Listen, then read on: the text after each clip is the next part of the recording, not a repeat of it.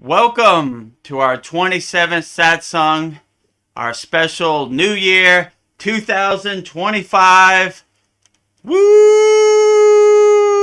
Happy New Year, Satsang, here at the Kriya Yoga School. Welcome to all people watching us on all three YouTube channels, Free Healing with Kriya Yoga, Ved Guru Dev, and the Kriya Yoga School YouTube channels. We're here joined with our Kriya Yoga School member, Veronica. Happy New Year 2025, Veronica. Happy New Year. Let's see. I don't know. I've been watching videos on Maharishi. I think I'm saying his name right. And Ramayana Maharishi. Yeah. I don't know. I'm really resonating to him. I like him, like the getting rid of all the I's. I am not this body. I am not this mind. I am not this job. And just getting to the I, like when we die, the real I. And I don't know. I feel like, I don't know. He was like the most enlightened guru that I've seen, and he didn't even consider himself a guru. So I liked that. I don't know, that he just lived so simply, and I don't know, just how he didn't turn anybody away. And his teachings, he didn't even talk. He just kind of just absorbed what he was saying. And a lot of people it's just word salad, and they're just saying words. So I don't know, the great thing about me is that I didn't know anything about Kriya Yoga before 9 months ago. So everything's fresh, but he feels like authentic to me. So I was just curious what you thought about him. Yeah. Ramayana Maharishi is one of the greatest yogis or enlightened beings, in my opinion, also. He was I really resonate with him too. Like I've been to his ashram, and the energy is great.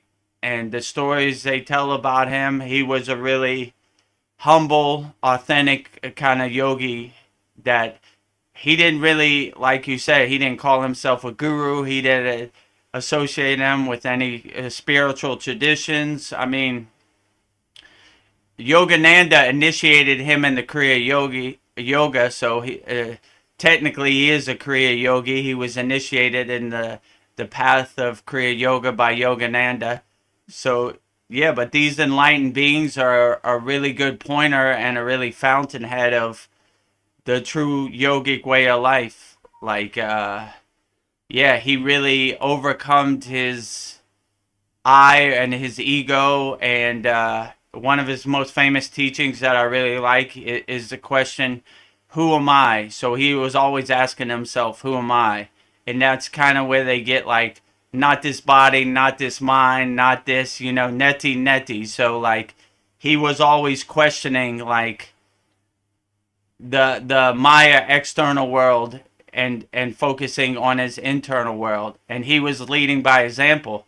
He wasn't talking about these Kriya Yoga practices, he was doing it. Yeah. And so he was a great example, and he didn't really have to talk about it. They said just being in his presence, you would automatically reach your higher self or consciousness. Just by him not saying anything, just being in the room, you could feel his energy and it would uplift you. So he was a great example, and he's one of my favorite yogis or enlightened beings that I would say I really resonate with. Yeah, I think like that's the biggest question you can ask yourself is, who am I? So I think that's like the biggest one. I don't know, just to get down to the bare bones, in my opinion. Yeah, I just thought he was interesting. I don't know, and there was that mountain every day that he climbed, and he could barely walk, but he would climb it every day. I guess they said that it was like Vishnu, Shiva's mountain, or was it? Do you know what I'm talking about? Yeah, I think it was Shiva's mountain. Yeah. Yeah. Yeah, and but yeah, he never gave up. He kept going, no matter how much his body was in physical pain. I saw in one of the videos he slept at a temple and rats ate his body, but he wouldn't let the pain of his physical body affect his inner self. So he was a true testament of what we can achieve if we really do the inner work. Yeah, he just looked so happy and calm, and I don't know, and he would make sure everybody ate before he did. I don't know, he was very Mm, selfless. So yeah, yeah. absolutely. A great example of a yogi or enlightened being, a person should all aspire to be Ramayana Maharishi on the spiritual path. Yeah. Um, so I was thinking, I don't know, a lot of female deities, they give like a shout out to their male counterpart. And I know there's males that give shout outs to females, but it seems like it's mostly females. Am I wrong thinking that? I don't know. It doesn't.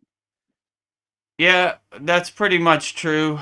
But yeah, every once in a while, like Agni, the god of fire, wants you to say Swaha, which is his partner, before he accepts your offering. So it is kind of that way, you know. Yeah. I didn't read any fact. It just seems like it's mostly the women that. I don't know why, you know. It's just, you know, that's just their tradition. I mean, in my perception, all the women are of equal importance as the males in the deity structure, you know. So Yeah. you know, Yeah. I don't look at Lakshmi any less than I look at as Vishnu or Narayana, you know. So you need the Shakti with the Shiva, you know. You need the Yeah. masculine and the feminine to kind of balance it. So that was what my guru told me. You have too many masculine deities. You need some feminine to balance out, you know. Yeah. So that's when I started getting mantra diksha for other deities that other devis or other goddesses that matched my masculine deities to kind of balance it out. So Yeah. to me, I I look at them all as kind of equal. They all play their part on the Hindu football team, if you know what I'm saying. Without them, you can't win, you know. So, Yeah. I mean, it. I kind of compare it to Babaji and Mataji. They say you'll see Babaji 10 times before you see Mataji once. So, even though she plays the background, she plays an important part in the Kriya Yoga lineage, right? So, well, I Yeah. always try to give respect to Mataji because she plays an important part, just the same as Babaji and all the rest of them. So you always kind of want to balance the masculine energy with the feminine energy, kind of. Yeah. She probably appreciates that. Well, I Oh, appreciate Mataji and all the work she does. yeah. Yeah. We'd probably notice if she wasn't around. I don't know. So yeah, we all need people to lift us up. Yeah, and I don't know. I was also thinking, like, when you're worshiping these deities, are you kind of giving your energy to them too? Well, in my case, when I worship deities, I thank them for the job they're doing. I'm not there. How would my guru put this? When you're doing puja or you're worshiping deities or saying their mantra, it's kind of a reflection seeing the deity inside you as you, right? So if you would say Om Namah Shivaya, it's really saying I am Shiva and Shiva is me. So you're kind of realizing your inner deity. You're realizing your inner Shiva. So you're not praying to a stone statue. You're praying to your inner self, the Shiva inside you as you, or the Lakshmi inside you as you.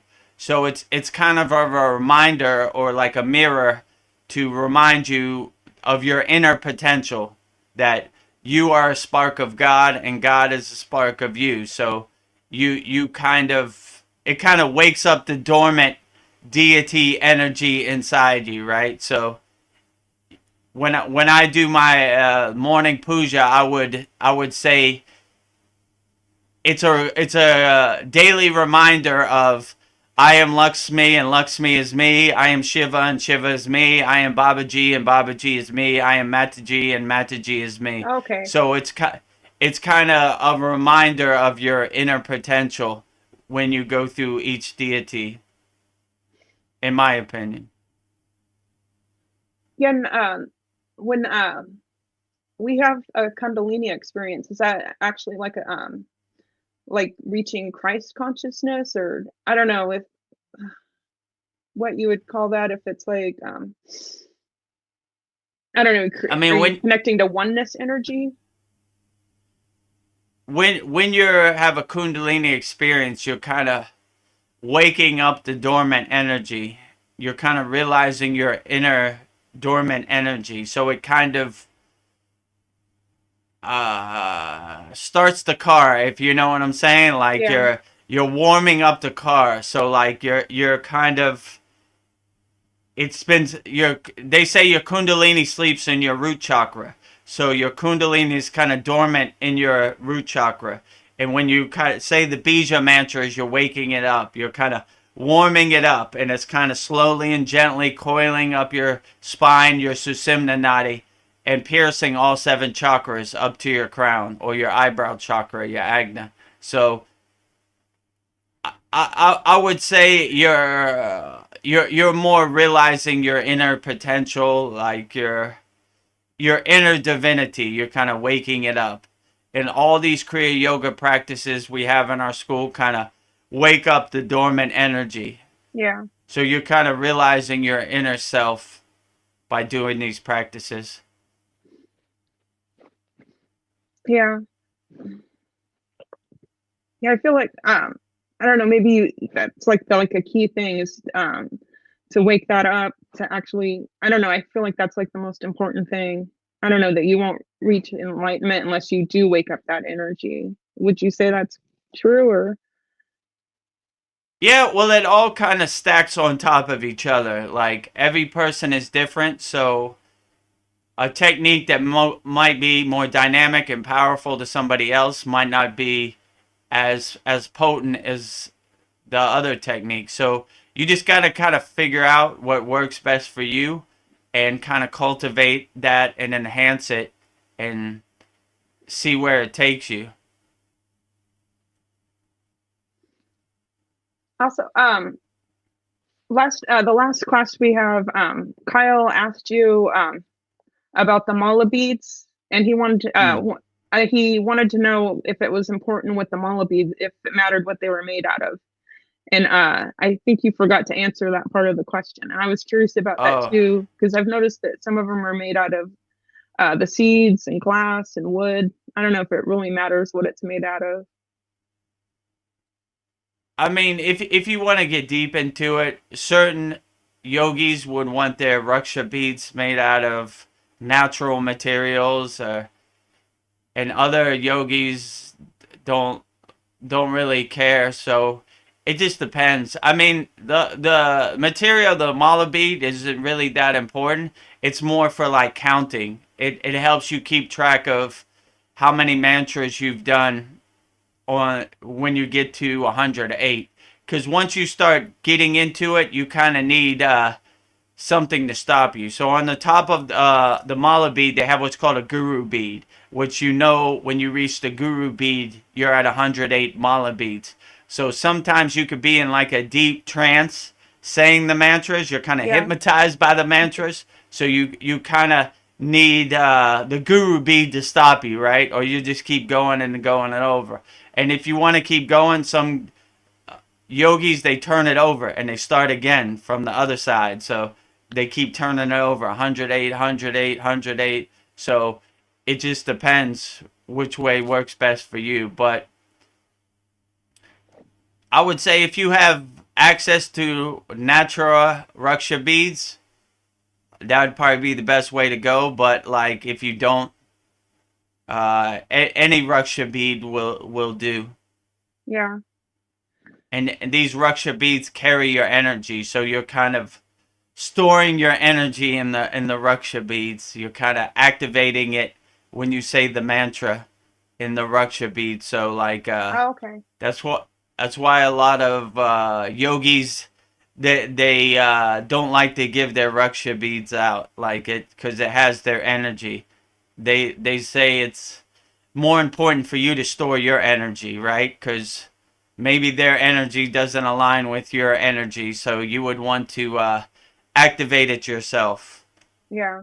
Or I guess for our Kriya Yoga School members, if I was there in person, I would activate it one time, and then it would be your job to pick up from there, right? So, Yeah, I've tried to order mala beads twice, and both times I've gotten lost in the mail. So I feel like it's not meant for me to buy them. I think I have to like go there in person. And I don't know. It's hard to get them in America. I feel like, well, I'm not supposed to have them right now. So yeah, that's interesting, right? yeah. Well, if you Or don't have Raksha beads or it's hard to get, you can count on your finger, like we yeah, showed in the class. You know, 1, 2, 3, 4, 1, 2, 3, 4, 1, 2, 3, 4, 1, 2, 3, 4. Then that's 16. So you kind of use your hands to count kriyas, or you count yeah, mantras if you don't have Raksha beads. So you would put the mala on this hand and you would count on this hand. So like that's another way to do it yeah, if you don't have it. So it's it's not that important, yeah, but like there are different ways to do it if you can.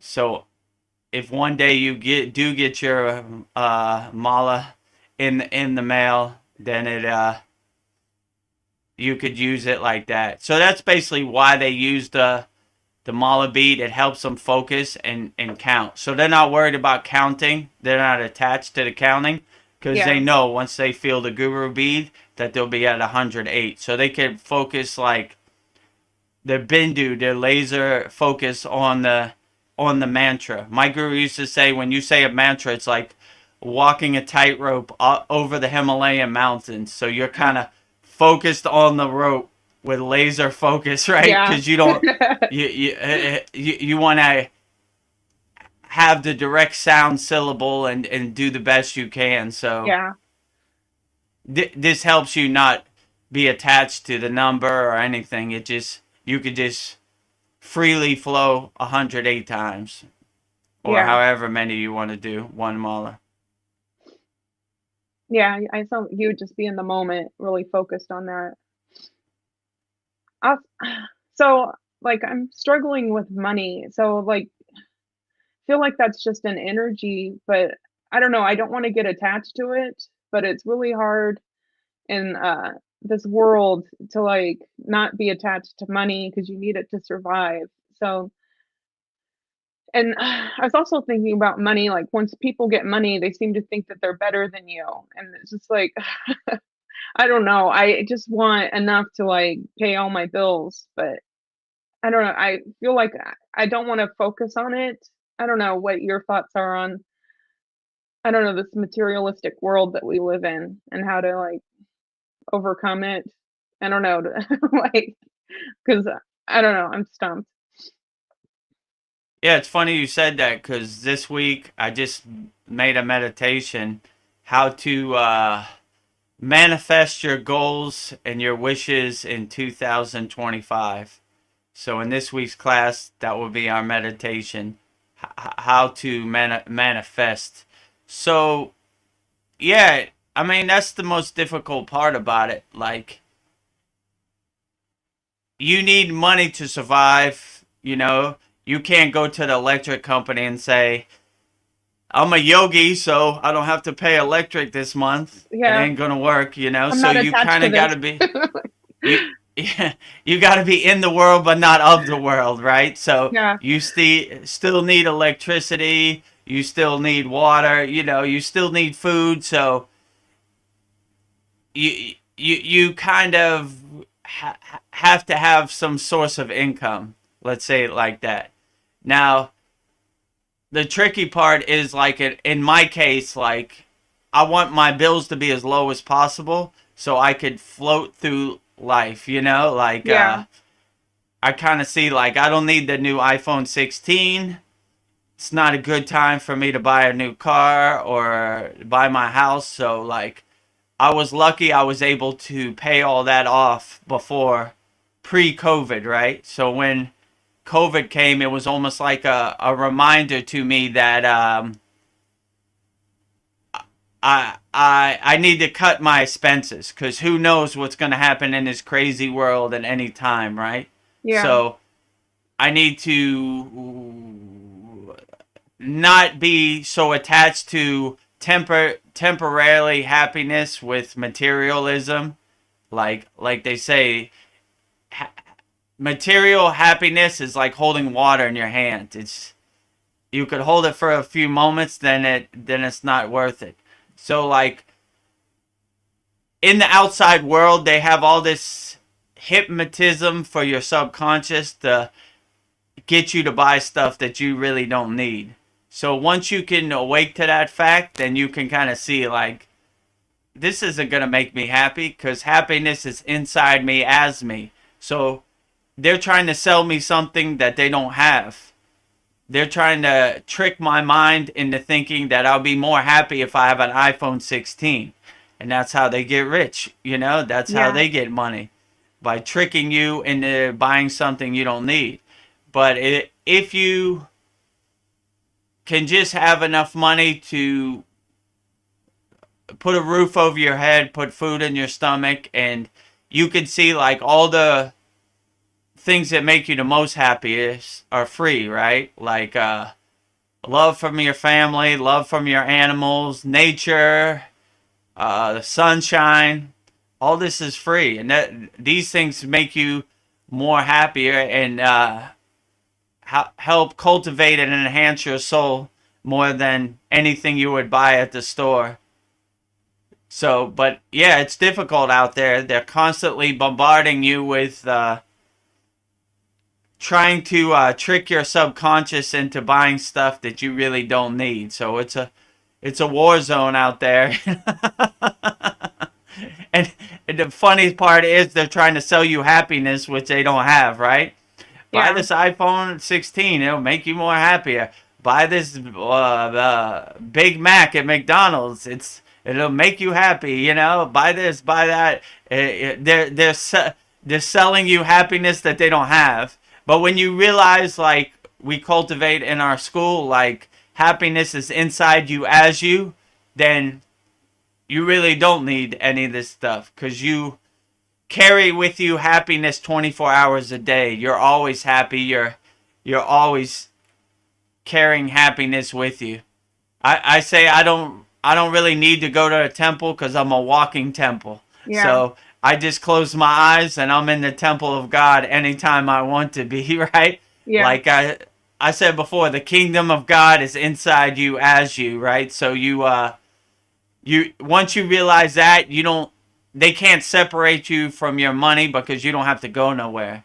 If you could, like one of our meditation, it's Ananda Bliss meditation, going to your happy place. Close your eyes and go to your happy place. You don't need to spend thousands of dollars flying to Maldives or Dubai or wherever else you think will make you happy because you're happy in the present moment, exactly where you're at. So you never have to go anywhere. You just close your eyes and you could be anywhere for free.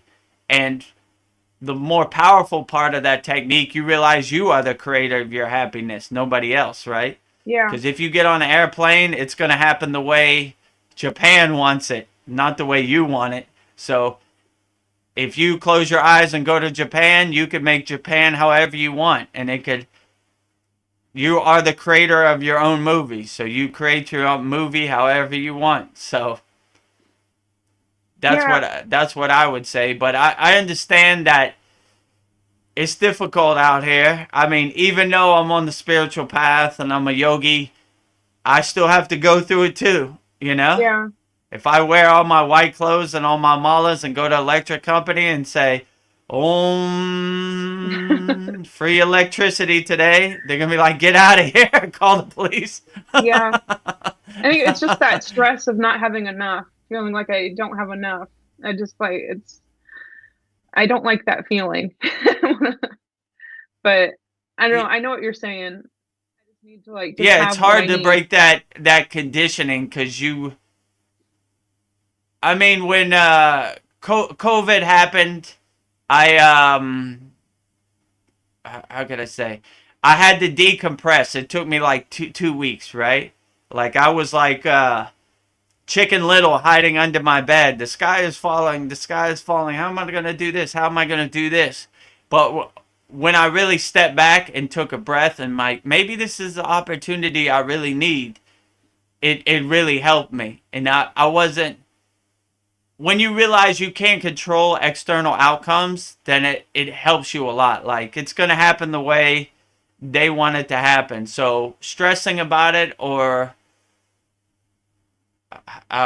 being in a state of fear about it isn't really gonna help solve the problem. So you kind of gotta meditate and think for a while. Like, what's the best approach? Like, Yeah. how do I change course and how do I pivot during this situation? You know, and it kind of helps get you out your comfort zone too. Like, oh, I was just taking it for granted, going through it, and then the money was coming in. Then here it comes. You know, oh boy, the faucet is shut off. Yeah. The water's not flowing. So, and it's scary at first, but when you just breathe and calm yourself down, then you realize that maybe this is the opportunity I've been seeking, and maybe this is a good thing or the silver lining. Yeah, I think it's important how you react to things and not, go into a tailspin and freak out. I mean, I have some options I can like there's some jobs I can take, but I'd have to travel to them and it'd be out of my comfort zone. And then I like working mornings, but I could make a lot of money working nights and it would be serving drinks to drunk people and I don't want to do that, but I just need to use the tools I've learned in Kriya yoga and just not I don't know, just not let it affect me being around crazy people. So, and just know it's just temporary so I can pay for my life. But yeah, I just gotta not Yeah, freak believe out. me, I understand. I used to work in a nightclub, so drinking, smoking, all that stuff. So Yeah. like it's a difficult question. Like, do I really want to do this for some paper fairy dust money to support my needs, or do I have the tools to get past this? I'm not attached to what happens in here. Because I understand when I worked in a nightclub, it's like a million different stories. Like, it's almost like chaos. Like, this person over here, everybody has their stories. It's like a million movies colliding at once, right? And, and so I used to, like, I'd take my mala beads and I would do them behind my back. Like, Yeah. like I would try to focus and not attach to the narrative or the stories that are going on in that chaos. So, and I would do techniques like tritak. Like I would see like a bottle of beer, and I would focus on the top of the bottle of beer, and so I would kind of use it as opportunities to kind of focus, and I wouldn't get too attached to it. I would just be like, oh, look at the movie tonight. It's kind of Yeah. crazy in here, but I'm not attached to it. I'm not going to try to guide the ending of the movie. I'm just gonna watch the movie and see where it takes me, and Yeah. I'm just a detached witness up here, and going through it. But yeah, I understand because I used to go through that all the time. I think that's what I gotta do, not let it stick to me. And just accomplish what I need to do and just get out of there. Yeah. Yeah, pretty much. And like I live close to the city called Pattaya, and it's like a crazy tourist party, Thailand city.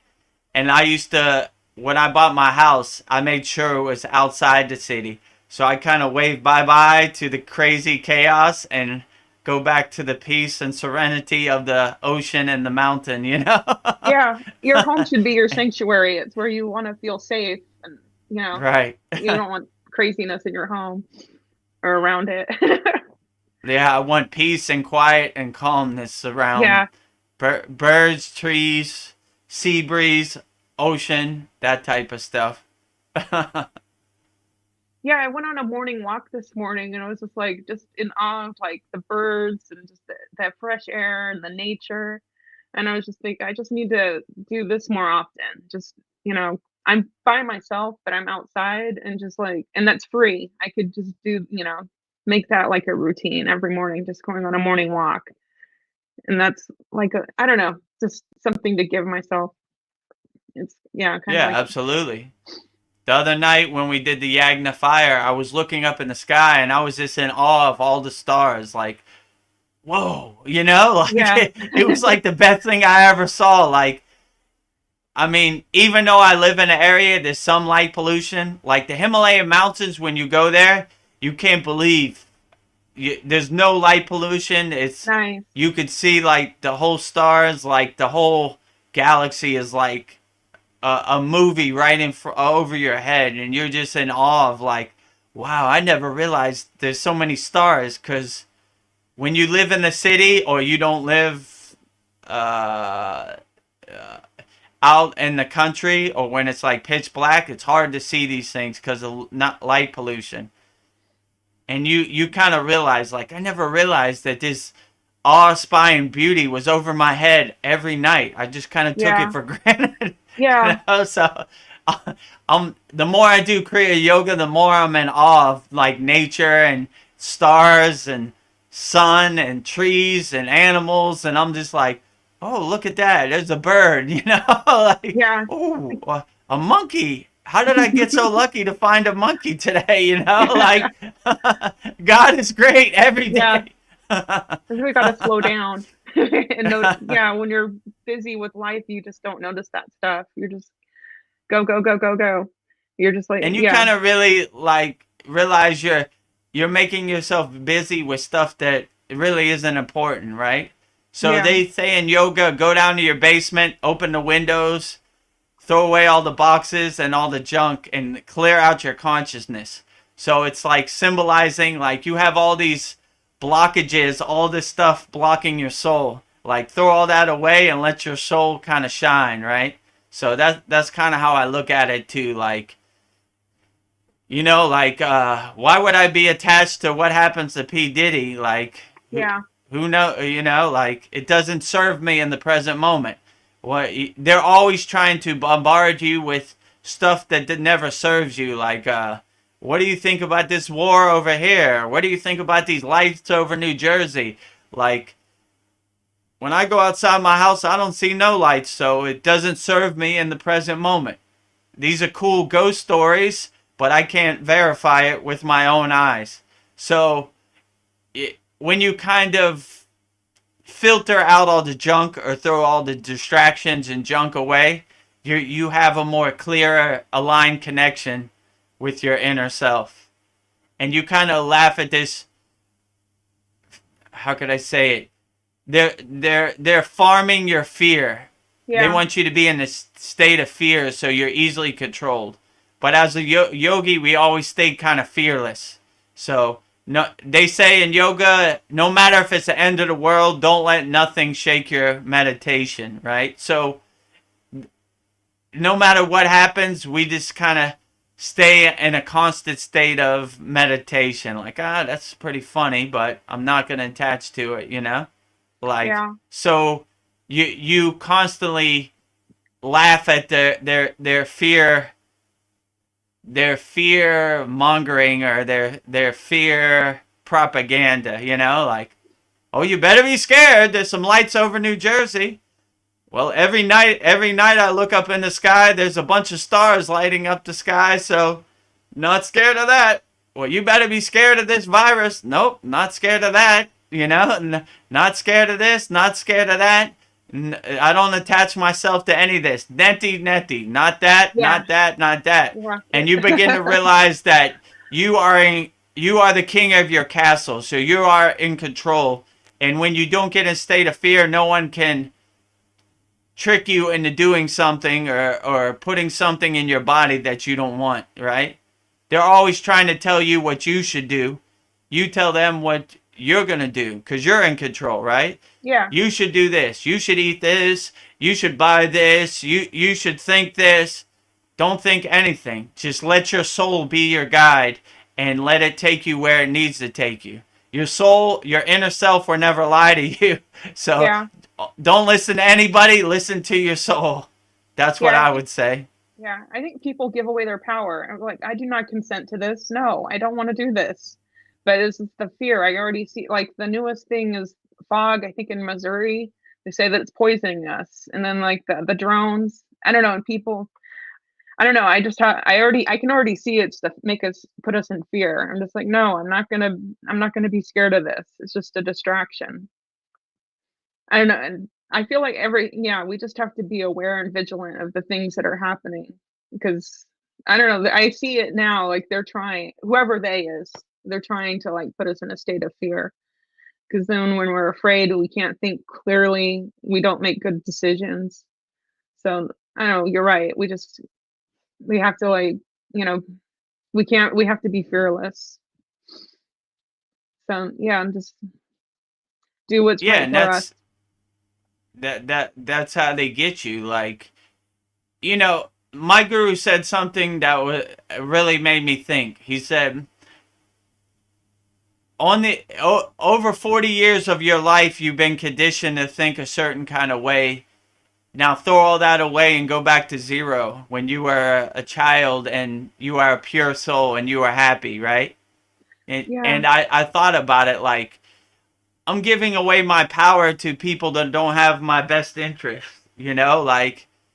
like they know that you work so hard all day and you don't have time to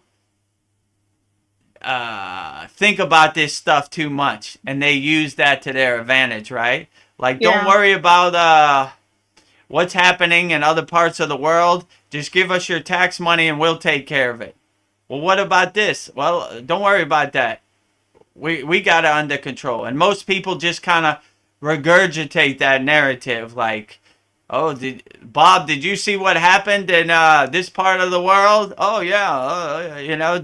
So they're just giving you ghost stories and you're just regurgitating it, repeating it yeah, without any knowledge. And they know that.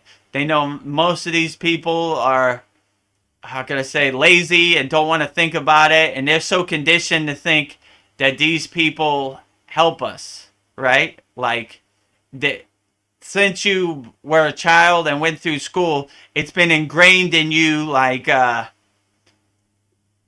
land of the free, the home of the brave, right? yeah, We free the world and whatever. And it's hard for you to like not think that because it's like collective consciousness. Everybody you know thinks that, and like once you wake up, you kind of go the opposite direction. Like, wait a minute, that don't make no sense. Like, yeah, like let's say the lights over New Jersey. What do you mean they don't know? 60 years ago, we put a washing machine on the moon and came back. But in 2025, they don't know what some lights are over New Jersey. yeah. Isn't that what Doesn't they make get sense. paid for? What do I pay my tax money for? Right? Protect and serve.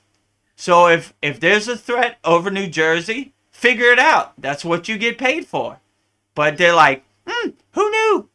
I don't know what happened. Like it's your job Yeah, to know what happened. Like like, so like you kind of see that they don't have our best interest in mind, right? And they're always like taking your hard-earned tax money and send it some faraway place where you can't check, right? Under the pretense of freedom, right? Like democracy of freedom. Like what? No. Like there are homeless people down the street from my house. Why don't you help them? No. They don't need help. We need to buy some war machines. We need to buy, you know, yeah, things that we make we us need money. yeah. I need a new boat. Like who Yeah, cares about helping American people. We need to send money far away as possible so we can access it, you know? Because if they send your tax money down the street, you could get in your car, you could drive there and say, hello, friend, did the government help you out this month? Yes, okay. My taxpayer dollars are at work. But they know you're not going to fly to Ukraine or Israel, you know?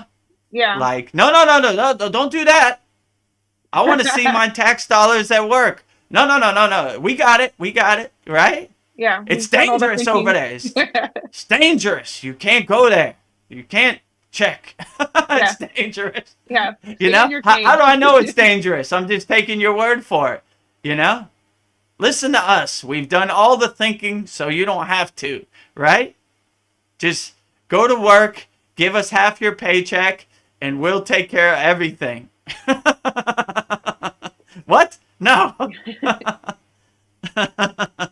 So, yeah. I mean, all you can do is really laugh about it, but like, once you look behind the curtain and you see the Wizard of Oz, you're like, oh, damn it, they got me, you know? I mean, they get everybody, but like, yeah, most of the people they're in love with the cage that enslaves them, you know? Like, they've been conditioned so much they find it hard to question anything, right? Like, we're the land of the free, we're the home of the brave. No one would do that to us. Namaste, Tony. Happy New Year, 2025, Tony. Happy New Year. Hold on, I'm trying to connect my earphones. Yeah, I know it's a process.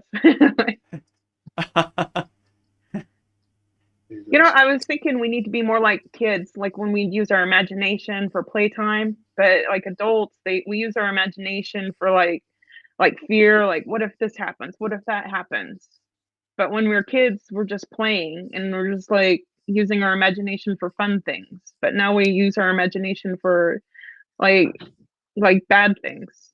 I think, I don't know, if we could be more like kids, it'd be a lot better. Yeah, if you could kind of burn all that conditioning that's been instilled in you from birth, you could kind of go back to being a kid. Like, when you're a kid, you didn't have a care. You just like playing, throwing the football, you know, going on the swings, you know. You were just happy. You didn't really care what was happening in different parts of the world or what those lights are over New Jersey. You were like, this swing is fun, you know, like, throw me the football, you know, like something like that. So it's good to keep that pure soul of a child and remember that. Like, that's what I'm trying to go back to. Like I said, my guru would always say, go back to zero. And that's what he meant. Like, all this conditioning and all this stuff we collected over our lifetime, throw it all away and just go back to being a kid and enjoying the sun and playing outside with your friends and throwing the football and, you know, swinging and riding your bike and, you know, this type of stuff. Yeah. Those were the good times when you didn't have a care in the world. Like, you didn't care about any of the stuff they show on the news.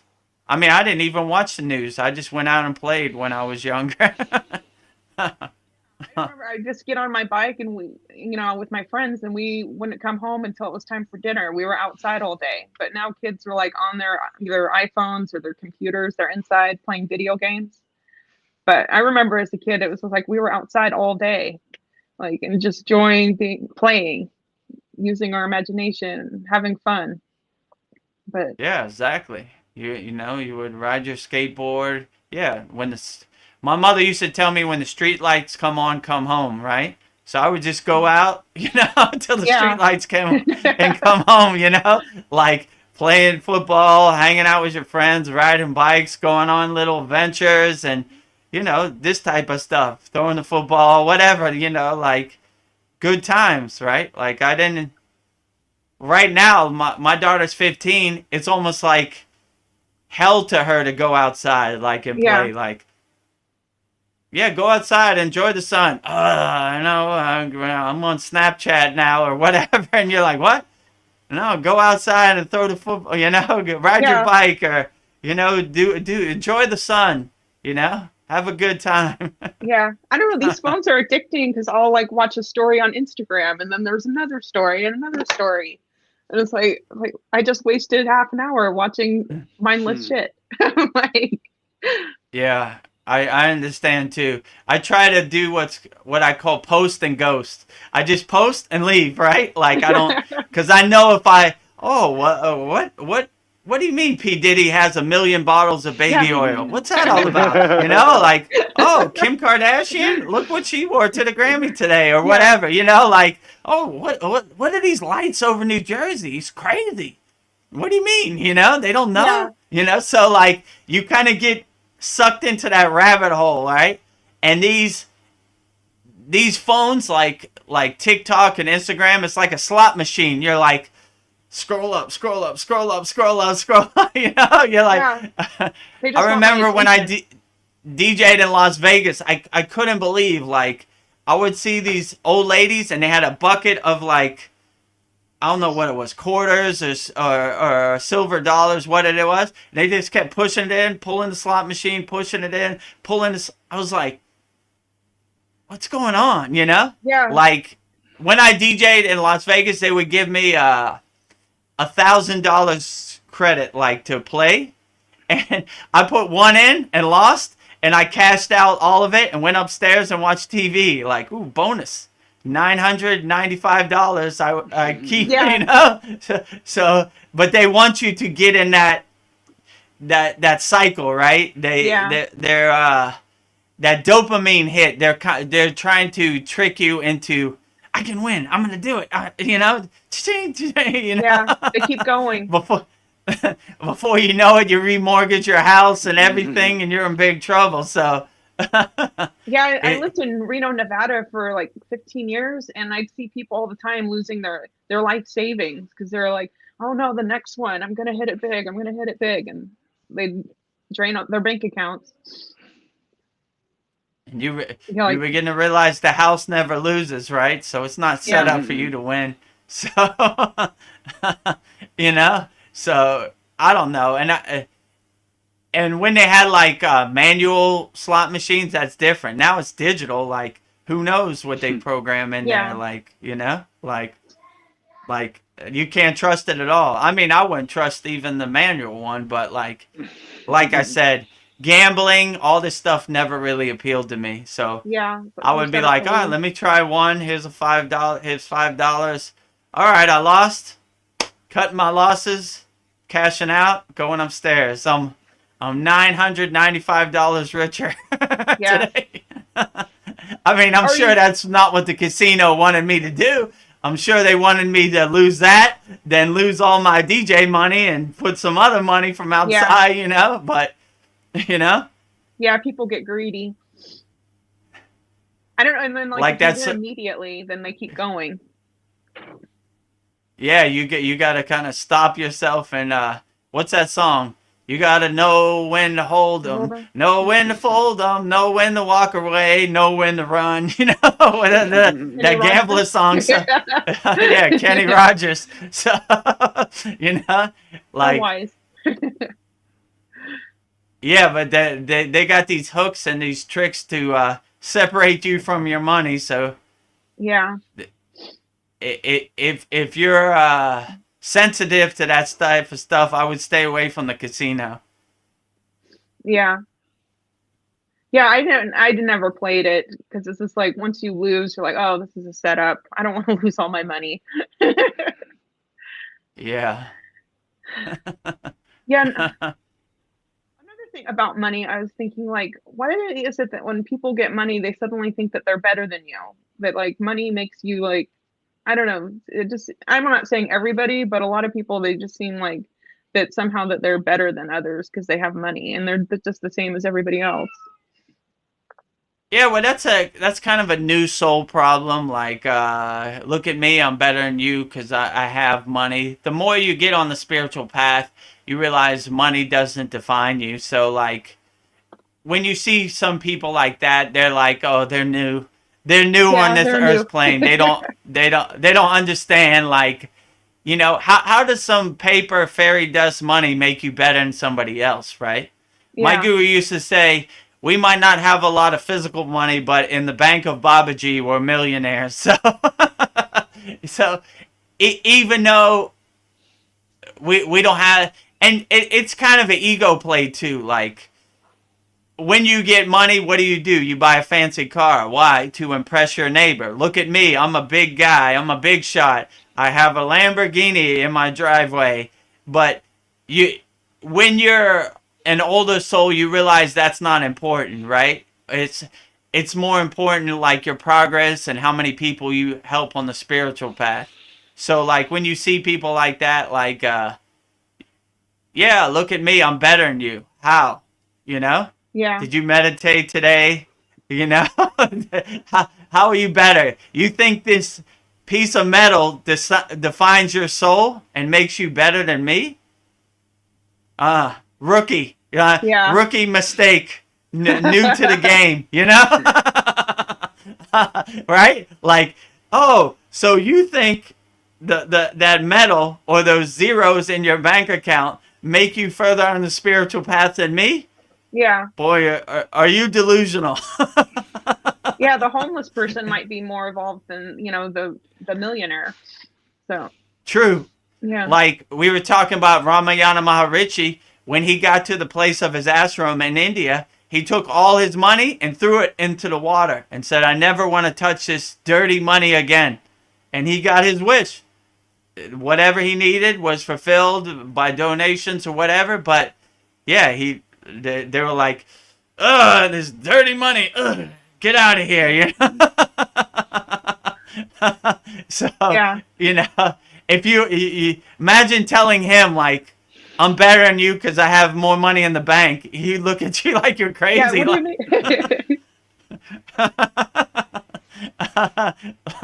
So, I would say, like, what do you call it? A rookie mistake, right? Yeah. Like a new soul mistake. Like, my soul is more evolved than you because I have more zeros in my bank account, or because I drive around this fancy piece of metal. It defines my soul more than you. I just saw But this. they're out there. I mean, I live in a gated community in Thailand, and this person in a Mercedes blocked the gate, so I couldn't get into my house. And they got out the car, and, like, I was like honking, like, can you move so I could go Yeah. home? And they were like, can't you see I'm driving a Mercedes? Yeah, like they're all entitled. I'm like, I was like, what? Like, I was like, that means zero to me. Like, like, you Yeah. think you're a better person because you drive a piece of metal? Like, all right, whatever, just move out the way. I want no part of your delusion. yeah, I just saw this movie yesterday. I think it's called I, Buddha, and it's like technology, like Buddhism is dying and people are like wearing this electronic device and you get points when you do good deeds, but people are just doing good deeds for these points to, like, pay off their bills and stuff. And I don't know, it came to the point, like, you do good because not because of things that you're going to get something for it. You do it because you want to do it without being attached to it. But I thought it was a good movie. But a lot of people will do nice things because they'll get something out of it. But it was like the modern version of Buddhism. I don't know if you've seen that movie. I just saw it yesterday. Yeah, I never saw it. It just came out, but I don't know. It's just like this kid, he decides he wants to, like, kill Buddhism because his parents gave away all of their possessions and stuff to Buddhism, and then, like, they were left with nothing. So it's like now everybody's wearing these electronic devices, and it's like you see all these points, like, telling up every time they do something, like giving food to the homeless. But it's not because they want to help the homeless, it's for the points. But I don't know. I thought it was a pretty deep movie. Well, if you told Buddha about this, he'd probably be very mad, right? Like, Yeah. yeah, that's like going against Yeah, it's like the point. total opposite. Right, like, don't associate my name with any of this junk. You know, like, so let me tell you how to be a better Buddhist. Like, you help people. The point of what they call in yoga is selfless service, is karma yoga, is like no expectations. So you wouldn't want no points, because the real points are just the inner feeling, the good feeling you have from helping people, from from a pure soul, from the kindness of your heart. So like, you wouldn't even want to get any kind of points or games. Like, yeah, when they start gamifying like spirituality, that's when it starts getting wrong. It's the same thing, like a slot machine. Like, I put my money in the slot machine because I want to win more, or I help people because I want to get more points. So when you start gamifying spirituality, that's when it starts to go wrong, you know? Yeah, it becomes like a And dopamine rush. Like, yeah, so it's not Buddhism at all. Like, Buddha would, all these yogis, they're not interested in points or material benefits. If people give them something, they accept it because they don't want to be ungrateful. But like, they're not looking for it. It's kind of a bonus on the path. So like, I'm sure if Buddha saw this movie, he'd be like, no, these stupid idiots, what are they doing to my I laid the blueprint for them, and now they're using my name in vain, right? well, it ended up it didn't work. So I know Buddhism. Thank God it didn't work, right? Yeah, imagine they were like, you don't have to do any of the work with Kriya Yoga. You could just put on this headset and you can microwave your Kriya Yoga practice in 2 seconds. And when I do something nice for somebody without even thinking about it, it feels good. And I wasn't, I'm not, when I'm not even like thinking like what I'll get out of it. And you just like, I don't know, I can just tell that I'm like, oh, I helped this person and they're very touched. Yeah, you do it with no expectations. Like, when you have no expectations, you can't be disappointed. So you're like, oh, I didn't get no points. I didn't want no points, so cool. Like, you're not attached to any kind of outcome. So like, but that's kind of funny. Gamifying Buddhism, right? I mean, I could just see Buddha in the astral plane, like, no! Humans. All these thousands of years of work, and these one movie destroyed my whole practice. Have you seen that movie, Tony? Or I don't know, it just No. came out. I don't really watch movie. I'll be falling asleep. My kids always want me to watch movie on the weekend. I'm like, oh, okay. Not really a movie person. I used to be able to watch a lot of movie, but now I get so relaxed, like I fall asleep, Yeah. Yeah. Yeah. Yeah, it's hard to find a good movie. I don't know. I feel like, I know what's gonna happen in this movie. I don't know. You can almost like predict. You can almost write the movie. Like, yeah. What was the name of that movie? I think it was called I, Buddha. Let me see. I Buddha. That makes sense. iPhone, I, Buddha. iPhone, I, Buddha, or I, ego, right? Yeah. Like, what Buddha say? Like, somebody told Buddha, I want happiness. And he says, I is ego, want is desire, and when you delete that, you're only left with happiness, right? Yeah. So, I, ego, right? Oh, I like that. Get rid of the I, get rid of that want. Right. Only happiness is left. Happiness, just be. Just be, yeah. Like absolutely, yeah. So I could see Buddha watching this movie like, oh man, these these stupid monkeys on the astral plane haven't learned anything in the last thousands of years.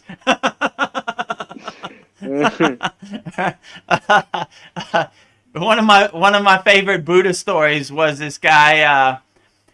He learned the siddhi of levitation, so it took him 9 years of deep tapas practice of learning levitation. So Buddha came across this guy, and he says, "Look, Buddha, I can levitate across the water and get to the other side." And Buddha said, "Why? The ferry is only 5 rupees." So basically, you wasted 9 years of your life when you could have just took the ferry for 5 cents. You know? So that's like a good seedy story. Like, don't waste your life attached to the focus of seedies. Seedies happens, but it's more important like elevating your higher self or your inner self, like doing the inner work. These are just kind of things that happen on the path.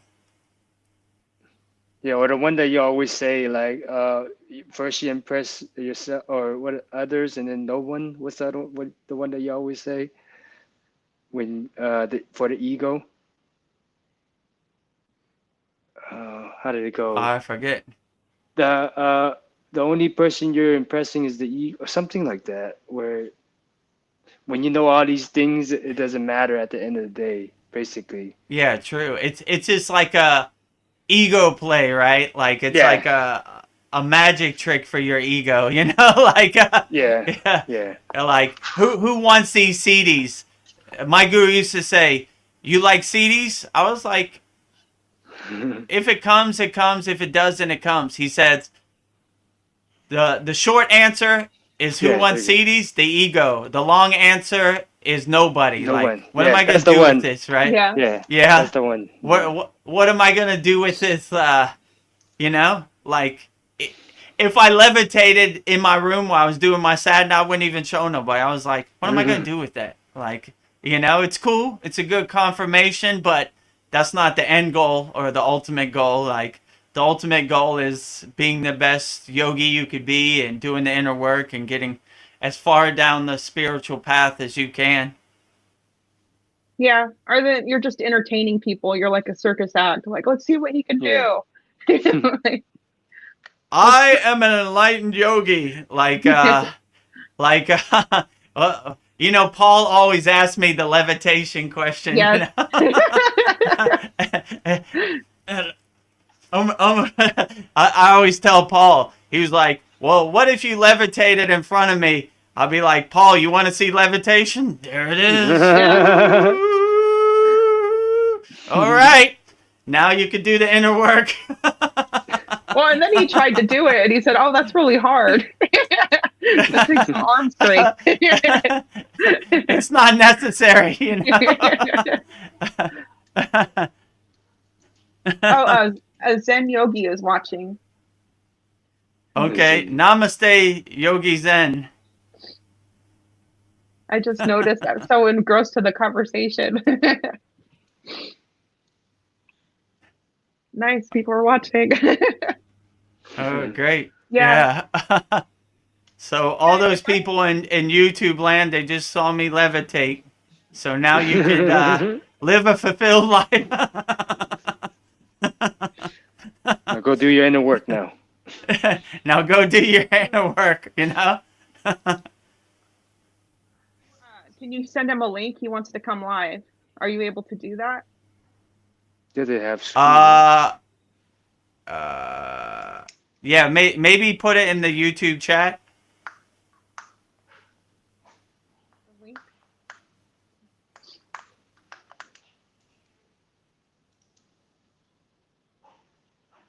He's on YouTube, right? Yeah, so maybe send it to him on YouTube. How do I do that? Like, Maybe just go to the SKOOL and copy the link in the community and then put it in the YouTube chat. okay.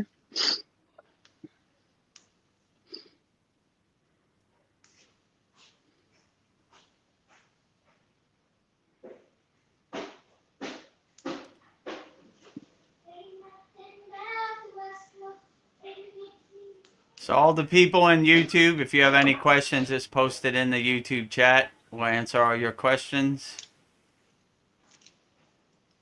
And maybe if we're lucky, we have Yogi Zen join us. If you want to start off your 2025 right, we have a free 7-day trial at the kriyayogamasterclass.com. Try it out. We'd love to have you. On our Satsang, our weekly class, our Yagna. Try it out. See if it works for you. No pressure. No pressure. No it works pressure. though. If I could do it, you could do it.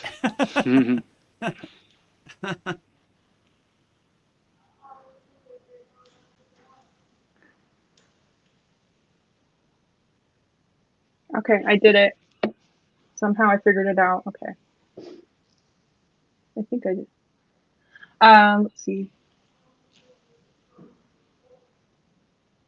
Yogi Zen says, explain Brahma Mudra, are also called the buzzing humming chat, and how it transforms practitioner. So, in our class, we have this technique. It's called humming bee breath. It's called Brahma Mari. So, basically, how it works is...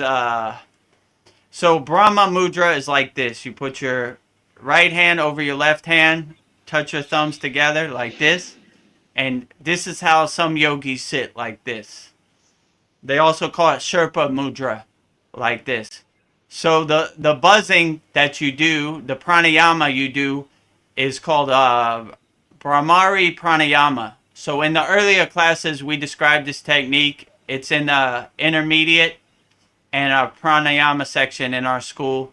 So basically the humming of the pranayama gets you into a hypnotic kind of vibration to realize your higher self.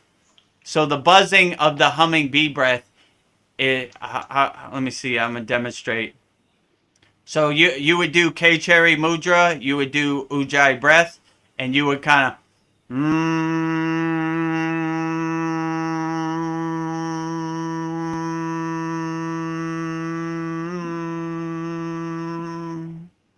on the exhale. Inhale through both nostrils. K-Cherry Mudra, Ujjayi breath.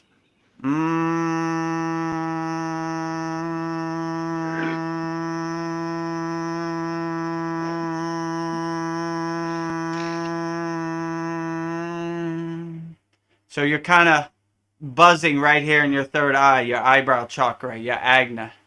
So it gets you into a inner self kind of vibration by the humming sound.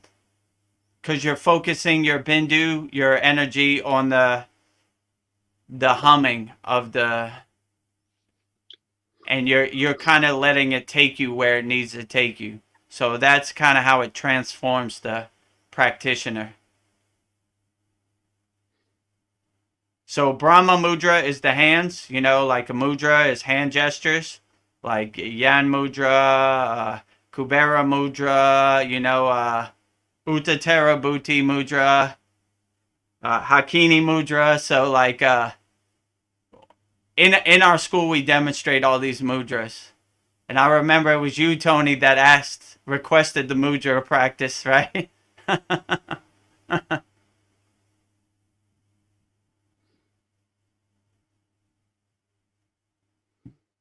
Sorry, I'm still working on the link. I thought I sent it to him. He says he doesn't have it. So let me try again. I forgot about that humming one. I'm going to use it. The purpose of activating like the third eye, vibrating it. You can feel it. Yeah, true. Yeah, it's in our immediate class and the pranayama classroom in our school. Yeah. Like we have a video of it. Like you could follow the guided pranayama practice. Yeah, but we haven't done that one in a while, right? That was like in the beginning. That was like the beginning. Yeah, I remember that one. I was like the first. There's so many techniques. Yeah, lately I've been going down the line, just doing for the meditation, Just doing one morning I do one, and the other one I do one, like the ocean bliss and all the other ones. Oh yeah, the ocean bliss is great. Yeah, Floating on the yeah, ocean of bliss, right? yeah, I mean, they're yeah, all pretty great, like yeah, Ananda bliss yeah, meditation. yeah. It's good, but sometimes when like we're doing it in class live, it's a whole different experience too. Like just doing it all together with everybody in class. When you do it, demonstrate it, Yeah, and we do it together. Yeah, I feel yeah, it feels a little bit different. it's a collective kind of blissed out state, right? Yeah. That's why the Saturday classes are good, you know, get everybody's energy together. Yeah, true. Yogi Zen asks, explain more of what the inner technology that is going on with the buzzing, because this is the topic you and I are going to discuss in a few minutes. Okay. Uh, the inner, I mean, I don't even know if you could call it technology. It's like of st- a state of can I say inner transformation that you're doing. Like it's getting into you to a state of awareness and to a state of being. So like all these techniques kind of focus your energy into what's called a bindu. Like you're concentrating on the focus of the practice where you don't have time to like a lot of these practices I can't tell you exactly how it works or the details. It just does work, right?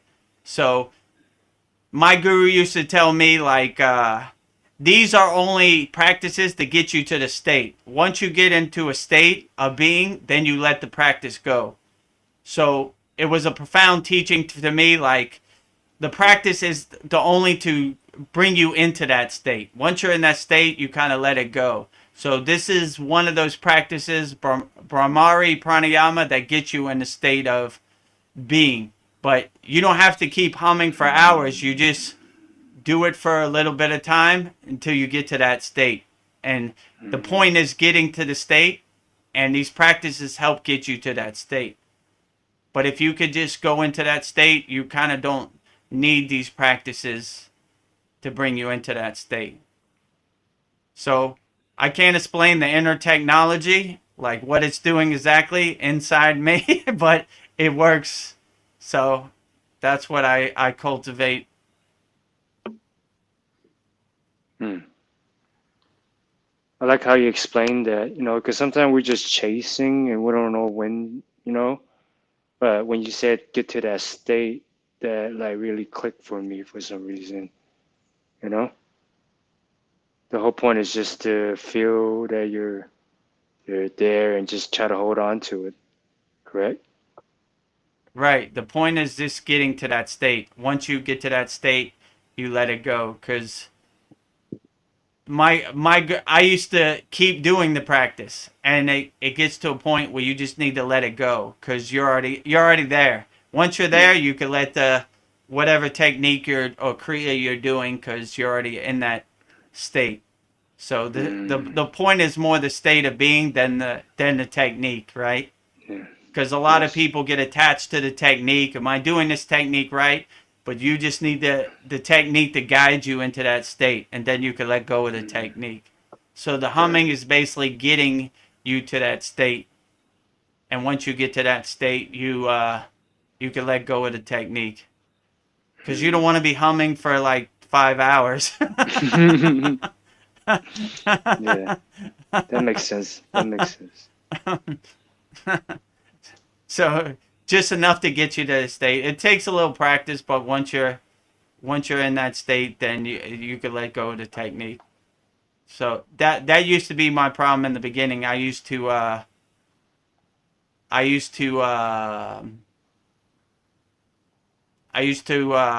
hold on to the technique longer than I should have, and it was a profound lesson that my guru taught me to. Once you get to that state, you don't need the kriya or the technique anymore. You're already there. Thank you for that. I just came by to say Yeah, no hi, problem. guys. I wasn't planning to stay too long, but I just want to say Happy New Year, guys. I'll see you guys on Yeah, Saturday. Happy Thank New you very Year much. Happy New Year. I'm so glad 2025 you to came. you, Tony, Yeah, just stopping and to by, your say hi. family. Thank you. Yeah, Appreciate that. pop in anytime. You're always welcome. Have a great Okay. New Year, Good night. 2025. All the best, Tony. Yes, thank you. Thank you. Appreciate it. All right. Good night, guys. Good night. Good night. Bye bye. I know I sent Yeah, I don't think he could go to the Kriya Yoga School because he's not a member. So you have to copy the link from the community and put it in that's what I did. here. I copied it and then I put it on the YouTube channel he's on. So I don't know if he can click on it. I don't know. I just asked him if he saw it, but he has a question. I go Okay. 68 hours every day, often on and off, and I kind of like an internal singing. Yeah, I mean, whatever uplifts you and makes you feel the best, then that is the best practice. So if internal singing makes you feel the best, it's outstanding. Like why not do it? Cultivate it as much as you can. These yogis in the Himalayan mountains do all day their sadhana, sun up to sundown. Yeah. So they're cultivating. They're trying to explore and figure out what's the best sadhana for them. What's the best yogic practice for them. So if eternal singing gets you through the day and help get you to a blissful state, then it's outstanding. There's no better practice.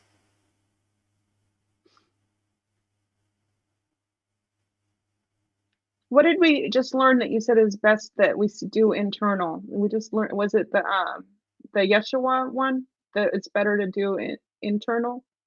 Yeah, so these Shakti mantras, they usually do them internally. They have Yeah. out loud mantras and they have internal mantras. So the bija means like a seed. So like the sound syllables, they vibrate internally. And they kind of don't want the seed to be outside, exposed to the world, because they say it spoils the seed. So they like to keep the Shakti mantras inside them as them. So that's how they explain it. They like to do it internally. Yeah, he says that the link I sent him didn't work. So I don't know what to do. Is it because he's not a student, or I don't know. Yeah, he's not a student. So the StreamYard link, you would have to go to the school and copy it from the community and put it in the YouTube chat. Okay, I'll try again.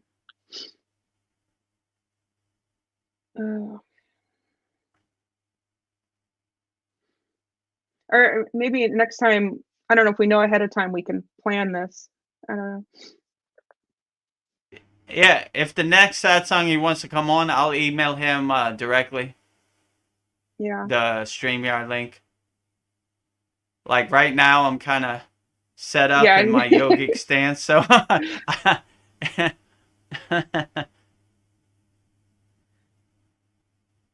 I'm trying. Oh, it's okay. Yeah, Take it your says time. that I copied it and I pasted it and I'm sending it, but I don't know. I don't know. I did the best I can. I'm sorry. Yeah, it's okay. No problem. Yeah, if we know next time, we'll have more time to prepare. But yeah, if Yogi Zen wants to keep asking questions, that works too. Yeah, if you have a question, Yogi Zen, I'll try to answer it as best as I can in the YouTube chat. Yeah. Feel free. I'm an open book. Yeah. Ask anything. Or anybody else who's in the YouTube chat. Welcome to our New Year 2025 Satsang. Ask away. Don't be shy. Whoever's out there in YouTube land live, give me all your questions. I'll do my best to answer it. I don't have all the answers. Very few, but I'll try my best. So I was thinking about like how powerful our thoughts are, and we create our own reality.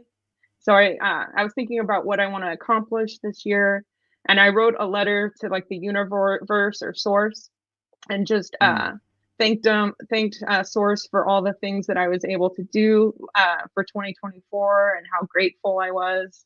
And then I wrote a letter for 2025 and thanked source for all the things I accomplished in 2025 and how grateful and thankful for all the things I did and how happy I am. I just wrote it like as if it's already happened.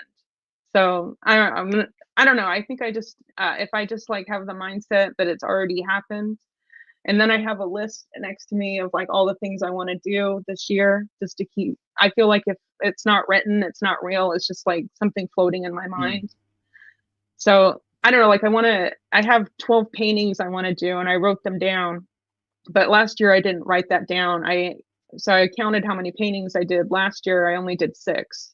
So I figure if I could just do 1 a month, and then if more happen, cool. But I don't know. I just like wrote down everything I want to do. So I'm trying to get myself organized. So, but I was just thinking like I'll just act as if it's already happened. I don't know if that's a way that I manifest. I don't know. Do you have any tips on manifesting or like what you do to make things happen? Well, that's a good way to see it as already happening. And in this week's class, we have a meditation that's kind of how to manifest your goals in the new year. So, like, yeah, it's to manifest it. It's good to have like I have what's called a vision board where I kind of write down my goals and I kind of look at it and kind of visualize it as it's already happened, like, and let it kind of manifest it. And when you want to manifest something, you kind of like, if I wanted to buy if I wanted a Lamborghini, let's say, I would never want that, but let's just say, so I would add all my 5 senses and I would experience it. So I would say, it smells, how does a Lamborghini smell like, And I would smell the Lamborghini. And how does a Lamborghini sound like? And I would hear how a Lamborghini sounds. And how does, what else? How does a Lamborghini look like, And how does it feel like? So you would engage your 5 senses, and you kind of come to the realization like your Lamborghini visualization is way better than making the payments or the maintenance for a real Lamborghini. It's better in my mind. It's better in your mind. Like, you are the director of your Lamborghini in your mind, so you can make it however you want inside your mind as you. So you kind of realize some of the things you think you want you don't need really physically need, because you can come back to that happy place or that visualization place where you could live the Lamborghini. How does the wind feel in my hair while I'm driving fast in my Lamborghini? And you won't get a speeding ticket, or you won't crash your car, or you won't have to go to the bank and make the payments. You won't have to find a place to park it. With the physical Lamborghini, there's a lot of problems. With the mental Lamborghini, there's no problems. So once you kind of visualize it, you kind of bring it into fruition, right? So, like, and when you have this technique of, let's say, creating your inner movie, right? You could kind of go wherever you want once you clear out the blockages. So, like, a lot of these yogis, they kind of clear out the junk with Sudhi, detach, let go. Whatever thought comes in your head, just witness it, let it go. And then you kind of, you have a clear path to cultivate whatever you want. Like, when it was Christmas time, I went to my grandmother's house, which I haven't been to in 30 years, and remembered what it was like to spend Christmas with my family in Pittsburgh, Pennsylvania. So was this in your mind or for real? Was this something that you imagined, or you really did this? I really did this, but I cultivated it how I wanted to, you know, okay. like without my uncles talking bad about me or whatever, you know. Okay. Minus the unnecessary stuff, let's say. Okay. Yeah. Cultivate positivity, negativity, family fighting or arguing, whatever. Delete out. That has no place in my movie. So, but it's kind of cool because you can kind of walk around and you could kind of see as like you're almost like a invisible kind of witness, right? Like a fly on the wall, let's say it like that. And you're like, oh yeah, I remember that. Oh yeah, that was cool, you know. You know, I remember when I was younger, Santa Claus used to come on a fire truck and give like a present from the city or whatever it was, right? And I was like, oh, there he is. Santa Claus is outside with this fire truck. And you don't have to wait for him. He shows up right when you want him to show up. So when you make that inner movie, you could make your movie however you want, right? Like, you don't have to wait for Charlie Brown's Christmas special to come on TV because it comes on instantly in your movie. Right? Ooh, look, Charlie Brown's TV, you know? Charlie Brown on Christmas is on TV right now. Santa Claus is outside in his fire truck. You know, so there's no waiting in your movie. You make it however you want, right? It happens exactly how you want it to happen. Kind of reminds me of like the Star Trek movies. Like they had the what was it? The simulation. You could like simulate whatever fantasy you wanted and just program everything you wanted, but you can just do it in your own mind. You don't need to. Yeah. Yeah, pretty much. Yeah. You know? Yeah. Yeah, yeah. Our imagination, or no, where we put our thoughts and imagination is very powerful. We just need to use it right. Absolutely. If you could clear out all the distractions and everything, your mind is a powerful tool. Like, you don't need to go to the movies because you create your own movie inside your head and you make it however you want. And yeah. Yeah, I feel like your mind is a powerful video camera. Yeah, I feel like the key is you can't have any doubt. You just have to like believe it. You can't have no doubt whatsoever. Yeah, doubt would definitely block your movie. So you just kind of go with the flow and let it happen the way it happens, and you don't try to force your movie. You just let it kind of flow, right?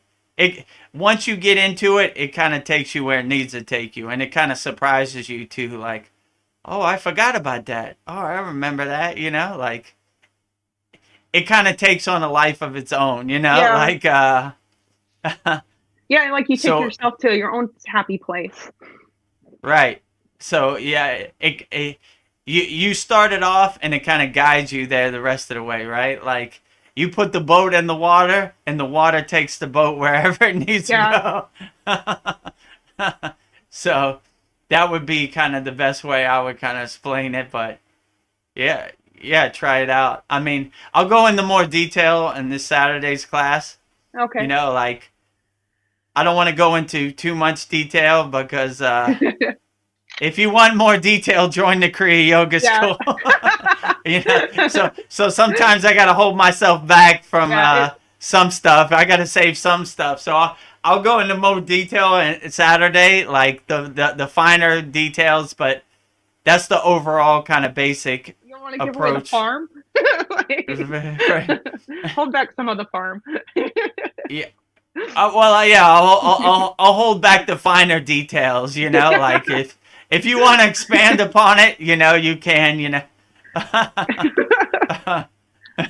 Yogi Zen had a nice comment. He said, "I look forward to spending more time next week. I guess I know that you're the real deal, and we have a lot to share and a lot in common. I'll send you out some videos to your email, and we'll get in touch soon. We'll be in touch." Okay, sounds great. Yeah, email me anytime. Yeah, I don't know what the real deal is, but I appreciate it. Yeah, you walk the talk. You walk. I talk the talk. I walk the walk. Yeah, Yeah, maybe. I don't know. I'm just trying to feel my way around the dark Yeah. in the spiritual process, like, you know, Yeah, we're all well, learning. yeah, like I always say in our Kriya Yoga school, we're all houses under construction, never complete. Yeah. So I got a lot of work to do, and I got a lot of, sadness to do on my spiritual journey, but I'm somewhere. I don't know where. Like Yeah. somebody asked me before, what level are you on? I said level 0. Nothing. So these levels are kind of ego play. Like, Yeah. look at me, I'm a enlightened being. I'm on level 5,500. Like what? So I want to go the opposite way. I want to go to 0. I want to go to being a pure soul as a baby, enjoying the sun. You know, riding my bike. Enjoying nature, looking at animals and birds. So. Yeah. Yeah, I know what you mean. You don't want to act like you're better than anybody. That's a weird thing to put True. yourself into. In our school, I always say if I could do it, anybody could do it.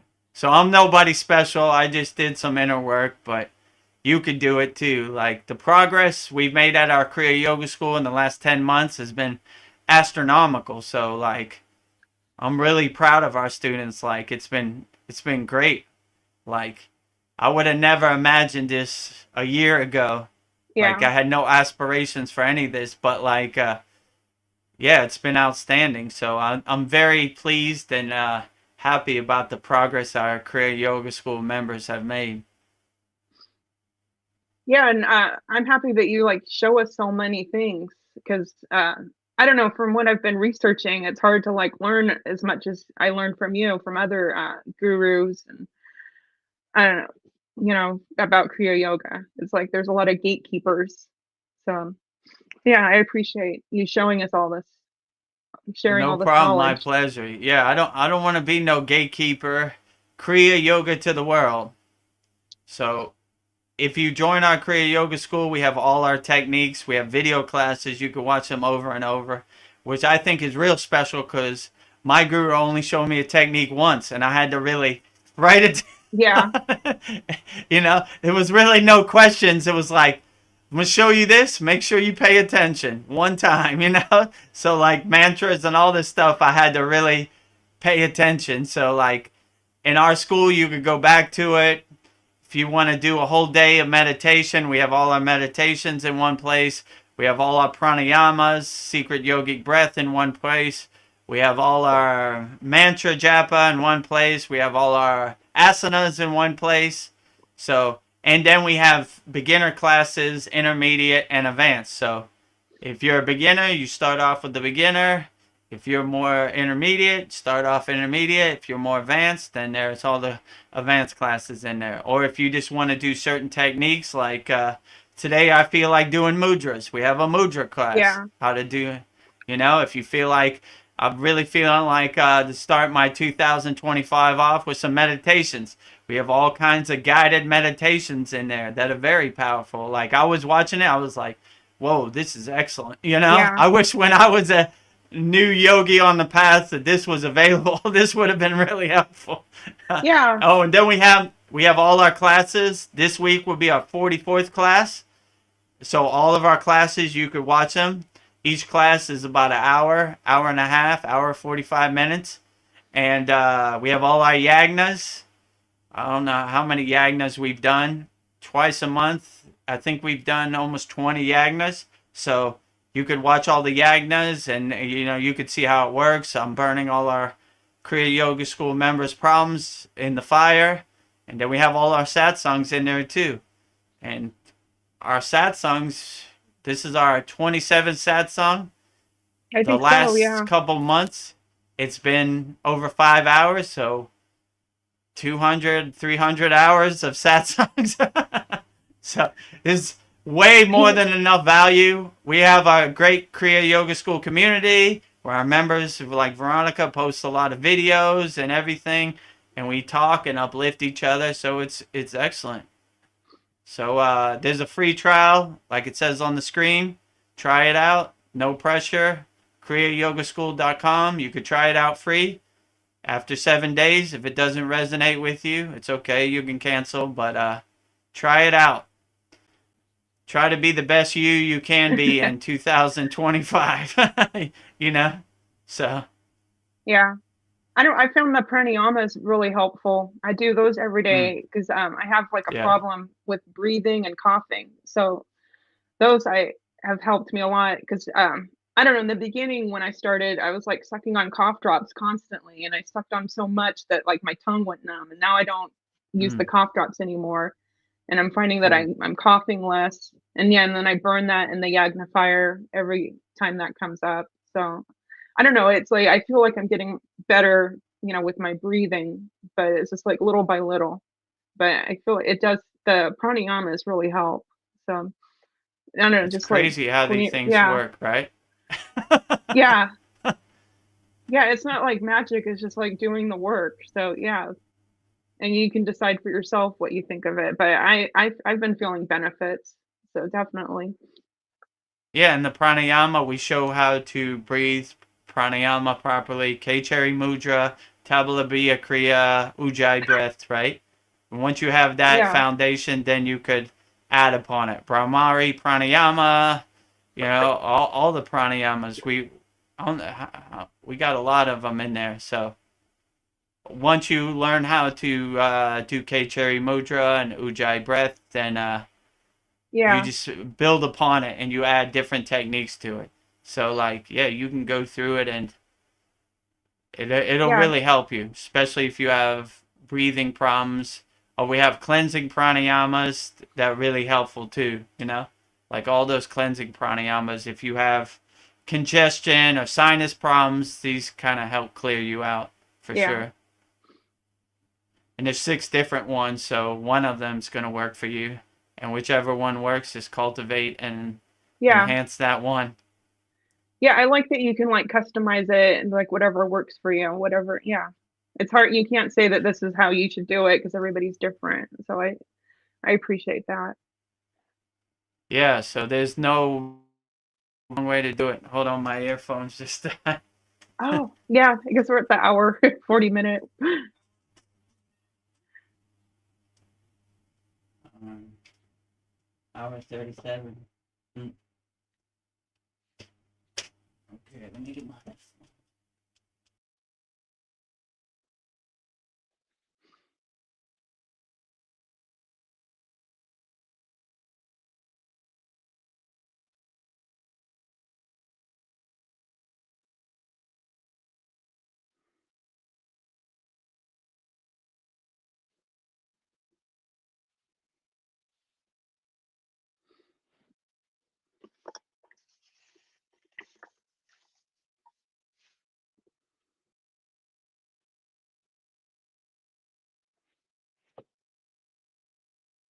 You, I can't hear you.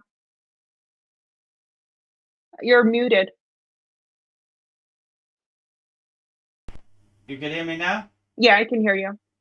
Okay, that was interesting. Why did it do that? Okay, okay.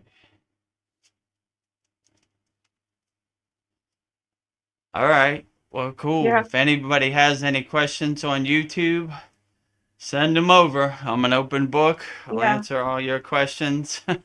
It's been quiet here. Like, Oh, yeah. I wonder where Brian and Kyle are yeah, today. Usually yeah, they're and always Paul. here. Paul, yeah, Paul. Well, I mean, it's New Year's. It's New Year's Day where you're at, right? And yeah, that's nighttime. But yeah, it's New Year's Day. It's the second for you, right? Yeah, it's a Okay. second morning for me. So, So I had a question, like, if you have like a question, do you ever ask it before you go to sleep just to get the questions when you're the answers to your questions when you're sleeping? um, yeah. Sometimes I more do it in meditation at this point. Like Yeah. that's the clearest connection I have right now. Before when I started, sleeping used to be when I used to get my most of my darshans, most of my messages. But now in this point, it more comes in meditation the last couple of years. So like that's when I have the clearest alignment and the clearest connection. Yeah. When I go to sleep, I mostly try to go into a state of what's called Turiya, which is I call it sunbathing in the grace of God. So I sleep like I'm sunbathing in the grace of God. So I don't really have too many dreams or anything. I'm just sun tanning in the grace of God when I'm sleeping. So okay. I try to catch that Turiya right before I go to sleep, right? So, but it's like how would my guru say? It's like catching a fly in chopsticks, right? It's a hard. It sounds like you're like in a blissed out state. That sounds. Yeah. So that's always my ultimate goal, to just sleep in a blissed out samadhi turiya kind of state. They say turiya is the highest sleeping state. Like, so I aim to reach that state of turiya when I go to sleep. Yeah. Sometimes it's not a perfect science, let's say. Sometimes I'm closer and sometimes I'm further away. But I'm somewhere in between, you know? It's a house under construction every night. Yeah. So it's not a perfect science. You know, I can't say it's 100% complete or 100% not complete. It's somewhere in between, you know? You know, when people ask me, like, where am I at on the spiritual path? I say, wherever Babaji wants me to be. Like, yeah. Who knows where I'm at, you know? So I'm somewhere in between. Yeah, I'd rather get my answers to my questions through meditations, because dreaming, everything's so fuzzy, and then it's hard to remember when you wake up. You lose it really fast. So that would be more ideal. It's good to have I have like a notebook next to my bed to journal. Because if I have a dream or there's something profound, then I could write it down. I haven't used it lately, but that's how I used to do it. Like they say in yoga, your dreams are like holding water in your hand. You're like, what happened? You know? And when you come out of dream state, you're kind of foggy too. You're like, what was it? Okay, just start writing. So I just start writing. Like some of my journals, it's all written. It's not in the lines. It's all crazy. I'm just writing down certain words before it, you know, before it dissolves. You know? Then I try to piece it back together. Like, so I leave out like the unimportant stuff, like the word "the" or something, you know, like I'll put that in later. Like, I just need to get the basics, and then I can format it later when I'm fully conscious. Yeah, this was like the beginning, like maybe almost like 8 months ago. I was like questioning like if you were the real deal. And I had a crazy dream about you, and I was just had this thought like, who is Vedaguru Dev? And then it's like, I think I saw what babies and animals see, because all I saw was like your aura. It was like I couldn't even look at you. It was so bright. And I was like, oh, okay. I don't know. And that like answered my question about you, because I could see your aura in my dream eyes. So I don't know. I feel like my dreams are important, and then I kind of think, well, is that just my imagination? But I think that answered my question. I was able to see your energy, but that was a very powerful dream. So I didn't know I was going to share that with you, but yeah. So it's okay. You could share anything. Yeah, like how could I put this? I'm just trying to be the best person I can be. Like I'm not trying to trick anybody or separate anybody from their money, or I'm just trying to be authentic, you know, like I go through it too. I'm in the world, but not of the world. So I'm not perfect. Like I said, I'm a house under construction always, you know, it's never finished. There's always more work to do, but I don't know. It inspired me though. I was like, when I saw your aura, I'm like, I want an aura that beautiful. I don't know. It was just like, I want that. Well, it's nice to know I'm inspiring people and helping them on the path. Yeah. And, I mean, I've never tried to look at my aura, but I'm glad you say it's beautiful. Well, I wasn't even expecting to see it. I was just like asking a random question, like, because like you just quite like, am I doing the right thing? Am I supposed to who is this person gonna have, do they have harm, are they gonna harm me or trick me? I don't know, it was just a question. So like my dreams I feel like I get the answers in my dreams. So I don't know, I don't know, and I think it's important, just keep a journal and just like, I don't know, keep asking, if you have those questions.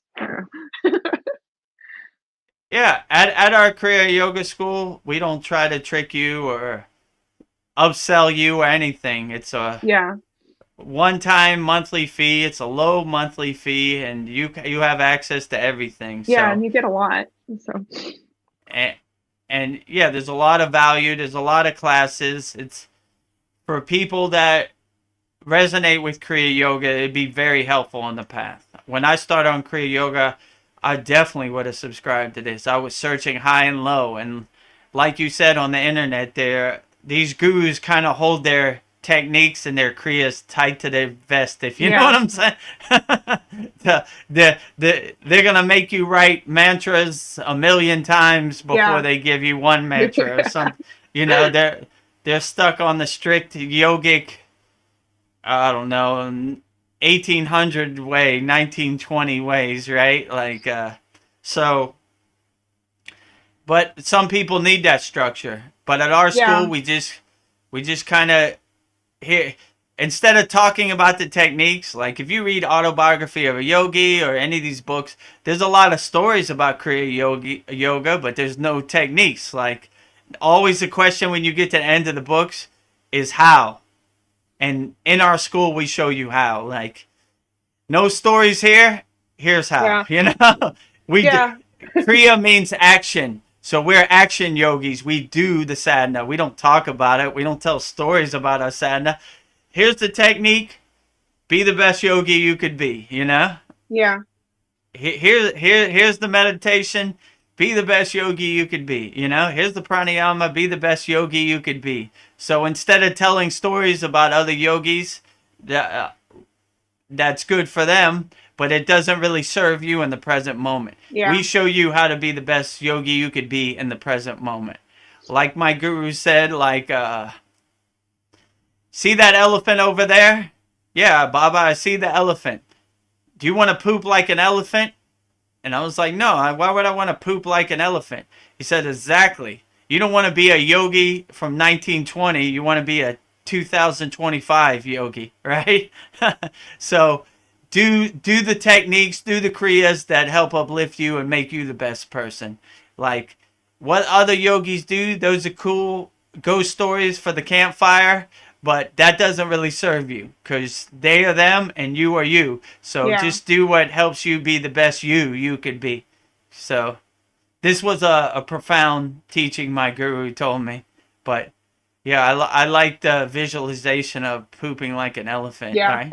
I was trying to visualize. How would I even do that? Like, you don't want to be like other people. Right. We don't want to be like other yogis where we come from different backgrounds. We're in different levels or progress in the spiritual path. Like, we cut all that out of our school. We say, here's the techniques. Be the best you can, There's got to be something in our school that helps you be better and gets you to the next level. Yeah. So maybe this one doesn't work. Maybe this one works. Just go through them all. And we have them all lined up in our classroom. So you don't have to watch an hour-and-a-half class to get one technique. You could just go through them all. Each technique is about 10 minutes in our classroom. And you find out which one is the best. It also has typed out PDF notes for each technique. So if you want to read it in print form or print it, you could print it out and go back to it and, just cultivate it. And once you have the foundation of the structure of the technique, then you could start adding other things that make you feel better. Like, oh, that'd be cool if I do K-Cherry Mudra, or that'd be cool if I add the elements to the Bija mantras, So you kind of start stacking once you have the foundation. Once you have the foundation laid, then you build the house up. Yeah, like you said, like I love this book, but all it is stories. It doesn't tell me how to get to do any of this stuff. But I think this book like gets people interested in Kriya yoga, but it's just beautiful stories. I agree. I mean, 95% of the people who are on the path of Kriya yoga started off with the autobiography of a yogi. So all the respect to Yogananda and SRF, you know, but these are stories. They're not going to show you how to do Kriya yoga, you know? The gatekeepers want you to get initiated. They want you to go through a bunch of hoops. They want you to fly to a bunch of faraway places. Yeah. You could learn Kriya yoga in the comfort of your home with our school. Free 7-day trial. Try it out. kriyayogamasterclass.com. If it resonates with you, we'd love to see you. We'd love to have you as part of our community. But if instead of talking, some people like to talk about the stories of Kriya yoga. That's perfectly fine. But we are action yogis. We do the Kriya. So if you want to start in the new year, 2025, your Kriya yoga practice, join the Kriya Yoga School. Free 7-day trial. No pressure, no risk. You know, see if it's meant for you. Yeah, and I liked that Brian has said that he's met you in person, and he said your energy feels the same in person and over the internet. There's like no difference. So yeah, I try to keep it consistent. Like my energy transmission over the internet is the same in person. Like what Brian said, I try to keep it like that. So you can learn Kriya yoga in the comfort of your house. No need to get on a 20-hour airplane flight from America to fly to Thailand to see me, you know? I mean, if you want one day, that's fine, but it's not necessary right now in the beginning. Cultivate your practice of Kriya yoga. See if it helps you be a better person in 2025, and take it from there. You'd be surprised. Yeah. I can get Shakti Path over the internet. I give you Shakti Path over the internet. I might have some amazing dreams. Also, I think it's like I don't know, in this world of technology, it's amazing how you get messages like through the internet, or like, you know, like we'll see a video of something we were thinking about, or we'll, you know, see a street sign. I don't know, or we'll be thinking about somebody and we'll get a text from them, like how I don't know, and the internet is invisible, but we get, you know, messages that way too. So I wonder, like, if, I don't know, like source is like communicating through us through technology, if that's like another avenue to communicate to us if we have questions. They say in yoga, it's like a conscious web that connects yogis around the world. So same with the internet, the World Wide Web, right? It's a web that kind of collects everybody, connecting spiders all around the world. So, I mean, back in the day before the internet, you would be lucky to meet one yogi or one technique. Now you have like a whole buffet, a salad bar full of techniques, you know? Like, choose whatever you want. It's all open. And it's a beautiful thing to give Kriya to the world through technology and the internet. Yeah. So. Yeah, maybe someday, you know, we'll have a bunch of different yogis on this school. Yogi Zen might come on soon, but I don't know, that would, you know, it's amazing how accessible everything is. Yeah, and that would be great. And I look for input from other people. Like I get insights from you, Brian, everybody on our Kriya Yoga School, and it helps me contemplate and be a better yogi. So I don't want to sit up here like I know everything. I want to hear input from everybody. I want to hear questions from the YouTube chat, StreamYard questions from our members. Whatever, I want to hear it. Maybe you'll open my mind to something. Like even Chad with his videos opened my mind to a bunch of stuff I didn't know was possible. Like, oh, really? There's a simulation? Let me think about it. You know, let me contemplate that, you know? I don't know. I think it's important to keep our minds open. Keep, you know, Right. to all possibilities. Yeah. So I don't claim to know everything. I claim to be a house under construction, trying to build, if you know how to hammer this nail better than I do, by all means, I don't take no ego in it, Yeah. I just need my house finished. So if you have something that could help me on the path, I gladly appreciate it, Yeah. I don't know. This is kind of a harsh thought, but I was just thinking like, people are suffering, but it's like, I can be really loving, but not, um, giving somebody all the love in the world can't stop somebody from suffering. I feel like that's like, if to stop somebody from suffering, it's like an internal job. You have to stop yourself from suffering. I don't know, there's nothing I can do to stop somebody from suffering. It's like they have to do the internal work. Yeah, well, you could lead a horse to water, but you can't make it drink. So Yeah. like it's kind of the same thing. Like you could tell them all that, but they have to come to the realization, and they have to have the want and the desire to be a Kriya yogi. Like my daughter's 15 years old. Her timing is not ready for it. Yeah. So I could talk about it. I can make the best environment, and the atmosphere, and the vibrations, and everything. She's gonna come when her time is right. So Yeah. that's the same with other people. Like at our Kriya Yoga school, I don't try to force anybody. It's here if you need it. If you want to try it out, it's there. If not, it's fine. It's not for everybody. Some people's timings are different. But like, yeah, as far as suffering, from a yogic perspective, you would say the sadhana, these practices of yoga we do are burning our karma. I kind of had the intuition that through all my lives, all my incarnations, I've built up a trash mountain of karma and problems. So now I'm doing the process of burning my landfill trash mountain of problems. So, Sure. I'm not trying to create more problems. So, how do they say this in yoga?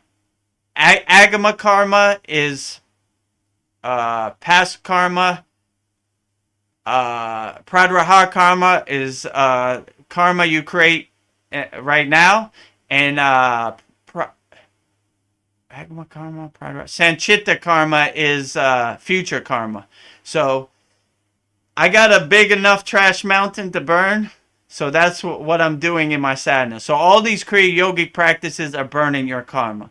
When you do asanas, it burns your karma. When you do pranayama, it burns your karma. When you do mantra japa, it burns your karma. When you meditate, you're burning your karma. So it's a process of burning all my karma. So like, and in this life, I don't try to create no new karma, right? Because I realize I have a super huge mountain of karma from how many incarnations, who knows, right? So I got enough work over here. I don't need to be putting more. I don't need to be stacking more, right? And future karma, I don't have to worry about, because if I don't create no karma in this present moment, I don't have no future karma, right? So when you kind of see it that way, like, okay, let me clean this up and let me try to burn this landfill trash mountain of karma. And we want to go it. You don't have no suffering. And when you're not attached to any outcome, you can't really suffer, right? Like if you don't care, how can you really suffer in the present moment? Like, I don't worry about the lights over New Jersey because I don't care. So it doesn't affect me. I can't suffer about that. Now the harder problem is if you have health problems, right? Like it's like if you have cancer, that's a really tough mountain to climb, right? And it takes a lot of inner work to get the right mindset to face that mountain face on, right? Like, all right, instead of hiding under my bed, I'm going to face this cancer, and if it wants to dance, we're going to dance, Like, you better get ready to, if you want to fight, I'm going to fight. But I'm not going to be scared of you, or I'm not going to be in a state of fear. It's going to be whatever it's going to be. And so... Yeah, that would be the hardest. If you kind of take that perspective, like Brian said in a before satsang that Ram Das, who was a devotee at Neem Karoli Baba, his body was all messed up, but he was still in a state of peace. He was always smiling, and even though your physical body fails you, it doesn't affect your inner soul, right? So your soul is immaculate, but this junk car sometimes breaks down, this physical meat suit, it's not going to last forever. But if you have the right perspective, like you understand that, like, okay, I'm not going to let it affect my inner self, my soul. I'm going to be as happy as I can and not get attached to any outcome or narrative and not let this suffering lower my vibration. Yeah. Just kind of smile at it and tackle it head on, right? Yeah. And you begin to see, like, most of the suffering is this fear of what might happen when you understand you can't control what might happen. I mean, you could eat better, you could do better, but I think most important would be doing your inner work and kind of not getting attached to what happens. To say, okay, this is the roller coaster ride we're going on today. I put a smile on my face and tackle it head on, right? So you could be scared of climbing Mount Everest, or you could look at it as a blissful process, as an opportunity to use your techniques and your kriyas to be the best yogi you could be and overcome. In yoga, we're always overcoming, Like I told before in another satsang, when I went up the Himalayan mountains, it was steep, it was a bunch of rocks, and I got up one mountain, and I was like, whew, we made it. And my guru and the other yogis looked at me like I was crazy, and they were like, 20 kilometers that way. And I was like, oh, it popped your bubble. All right, well, let's get to it, Just kidding. I was joking. Just kidding, Yeah. They're like, this guy thinks we're here. We're just getting started, So it's always a mountain to climb. There's always a addition to add to your house. So when suffering comes, you kind of look at it as an opportunity to overcome. Like, okay, you want to dance? I'm ready for you. Like my guru used to say, how would he put this? We don't need to stay ready, so you don't need to get ready, right? So all the sadhana we're doing is preparing us for what's to come. Whatever happens in the Maya delusional world, we have the techniques to overcome it, right? Yeah. And you kind of look for the opportunities like, man, I'm going through something right now. All right, let me get Patanjali's 9 emotional techniques. Can I let it go? Do I want to let it go? Am I ready to let it go? You go down the list, right? And you realize it doesn't serve you. Like, worrying and fearing about what's going to happen isn't going to change anything. It's going to happen the way it happens, and I just accept it and keep moving. So that's the best way I would put it. But yeah, it's not an easy task, especially when you have health problems and your body fails you to implement these techniques. It takes a strong will and a strong consciousness, Yeah, I was thinking like doing the work, maybe that kind of takes your mind off of that because you're like focusing on something else. Yeah. And then having a sense of humor, I think, is really key. Just like be able to laugh at whatever is happening in your life. True. Yeah. Yeah, if you could laugh at it, it probably takes like 80% of the suffering out of it, right? Like, you don't take it seriously. Like, that was a profound message my guru told me too. Like, Vedguru Dev, why so serious? Enjoy yourself. Be happy. Happy, happy, happy. Like, too serious. You're missing the point. Like, enjoy yourself. So if you kind of look at it like, okay, this is a mountain I got to climb, but I like climbing mountains. Let's get to it. In yoga, they also say, like with asanas, like Hatha yoga, they say, do asanas you like and do asanas you don't like with the same kind of energy, right? And you begin to realize that asanas you don't like become more enjoyable if you take away that fear or that that not wanting to do the asana. Yeah. So that was an important thing I needed to remind myself of. Because in this week's class is the asana, probably the one I liked the least and hurt me the most. But I was like, I'm going to do it like I love it the most, you know? And that helped me overcome it, you know? So. Yeah, I think if we just were able to like face all our fears, like who knows how far we would get. But we create these stories in our minds like of like these fears we have, or like even a sickness, and then it's like, you know, we're like, oh, this is gonna happen, and it hasn't even happened, but we create these stories in our mind, and yeah, it's a crazy where our minds go. But I think I don't know, like I try to do like at work, do the things that are the hardest first, just to get them out of the way. Yeah. And like, that's what we do in yoga too. We do the asanas first thing in the morning to get the hardest stuff out the way.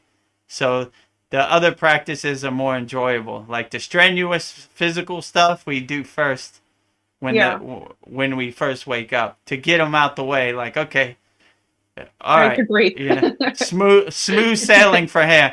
And you know, in our class we do the asanas first, because once we get to meditation or the pranayama, we're all blissed out, and there ain't no asanas happening after that, you know? Yeah. And you're already in that state, so you don't want to go out of that state and to go back to that state. So you just want to hold the water in your hands as long as you can when you reach that state. So in the first couple classes, I used to do the asana at the end. Then I saw there were no questions or whatever. So I was like, yeah, let's get the strenuous stuff out the way first, and then stay blissed out the whole way, right? So, you know, in our class, when there's questions about the meditation, they're very, very less, you know? Yeah. Because we're all blissed out yogis and yoginis, so that mission accomplished. Yeah, like I find that if I do like that asana first, or like even just like going on a walk, doing that physical activity, I feel better. But it's just like I fight it. I don't want to do it, but you do feel better, you know, doing the physical stuff first. Just to like, I don't know, you do feel better. I do, anyways. Yeah, me too. Believe me, even me at this state, that ego, that little devil on my shoulder is like, no, not today. Come on, not today. Not that asana. No, please, day off. It's New Year. Yeah. Take a day off. You know, it's Christmas. Day off, you know? No days off. We're going, you know? Yeah. And when I hear that little devil, I go extra hard. Like, okay, we did it. Let's get out. No, I'm going to hold it even longer till you go away, right? I'm not suffering. The ego's suffering, right? Yeah. So you're not giving it food. Yeah. I don't know. I don't know. Maybe my last question. So like, I feel like how do you recognize a good person? Can you just like feel their energy? Like feel like, I don't know. Do you see it, or is this something that you feel when you're around a good person? Yeah, you just feel like they're a pure soul. Like they have good energy. They uplift you. They don't bring you down. They're not like how they say in yoga, energy vampires, right? They suck your energy. They give you more energy. They help uplift you also. So it's like a collective energy. It's a plus energy. It's not a minus energy, you know? So like they're adding to your energy. So if someone's like taking your energy, then it's probably not a good situation. Someone's adding to your energy, it's a good situation.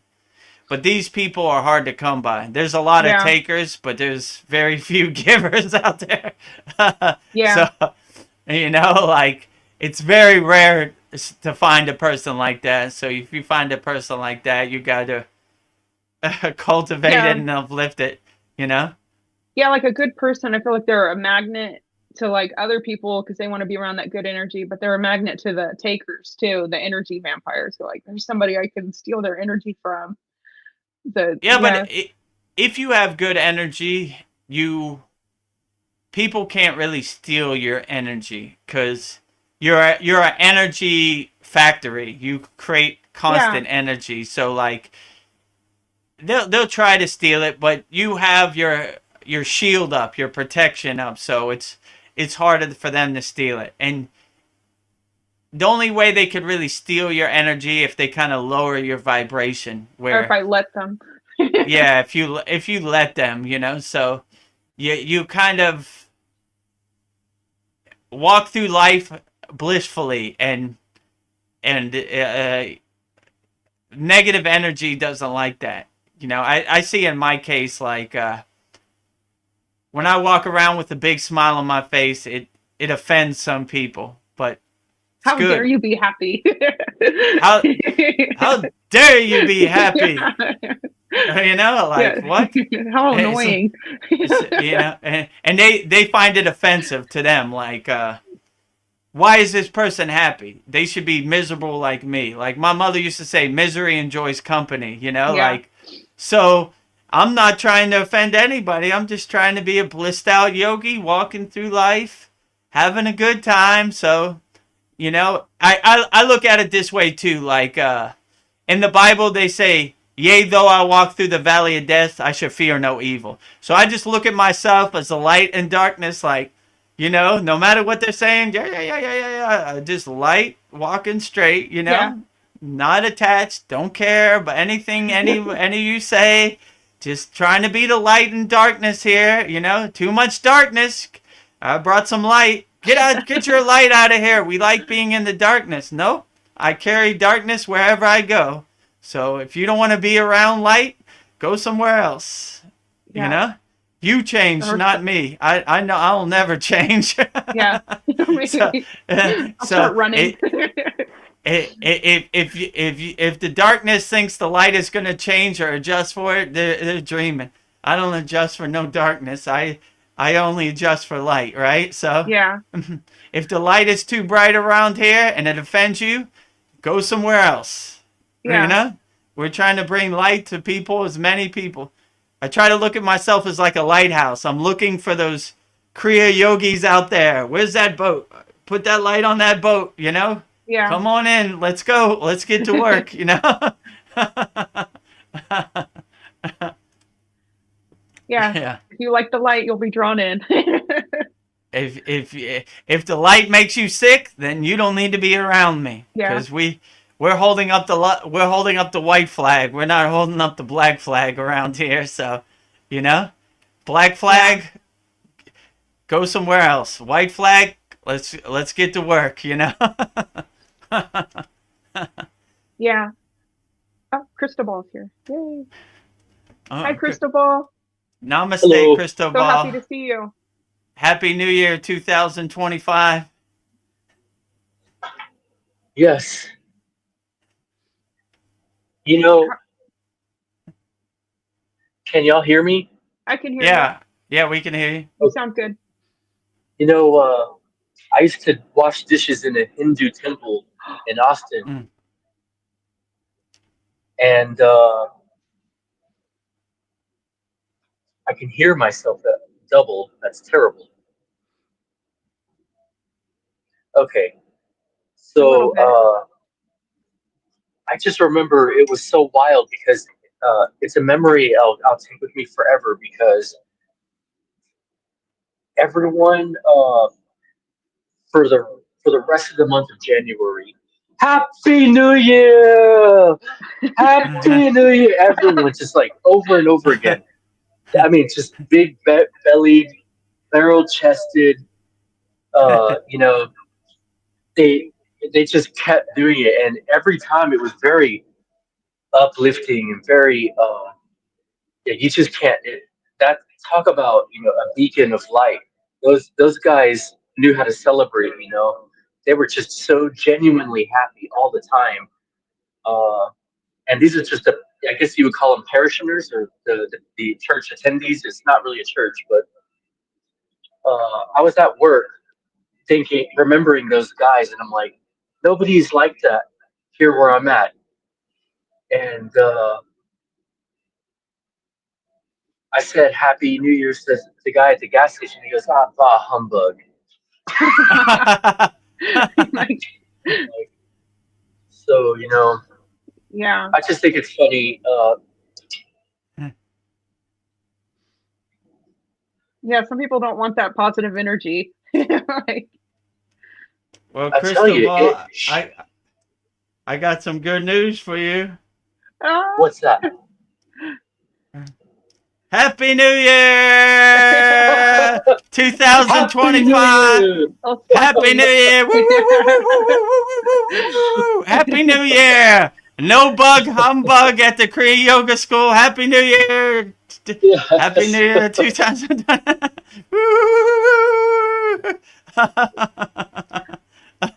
Yeah, Sadhguru Dev just sent me a video of him on New Year's Eve, and there's beautiful fireworks, and he's screaming "Happy New Year!" He's all blissed out. Yeah, I went to dinner with my friend, and right outside they had like a countdown celebration, and I was like, why not? I'm gonna enjoy her. I didn't really plan on this, but I'm gonna enjoy it. So I went there during the countdown and filmed that video. Happy New Year. I think we should do that I think we should be that way for the rest of the month, guys. Yeah, every day should be Happy New Year. Yeah. Yeah. Happy New Yeah. Year, the whole month of January. Happy New Year! Happy New Year! Happy New Year! Woo, woo, woo, woo, woo. Yeah. Oh yeah, do I have? I think I have. Oh, I have one of these. They gave me this. Let me see if it works. Woo! Woo! Happy New Year! I'm excited.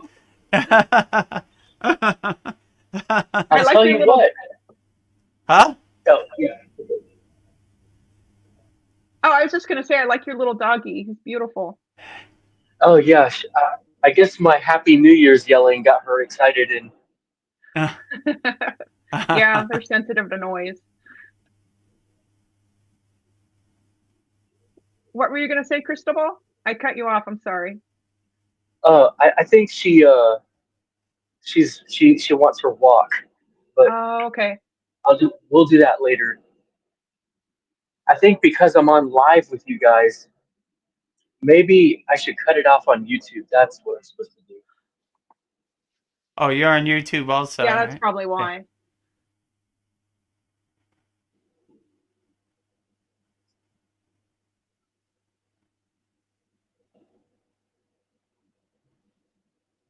Yeah, we're figuring all this stuff out. All right, maybe he'll be back. He left, right? Yeah, but I think he'll be back. Yeah, so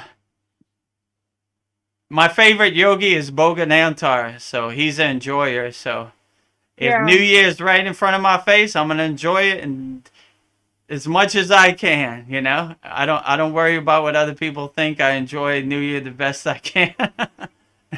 Happy New Year! Happy New Year! I think I got one more. I found one more. Let me try this. Let me see. Does it work? Woo! Oh, okay. I got my New Year hat. Happy New Year. What else I got? I got all kinds of New Year stuff. I got some glasses, Yeah, you look like a DJ right now. Happy New Year.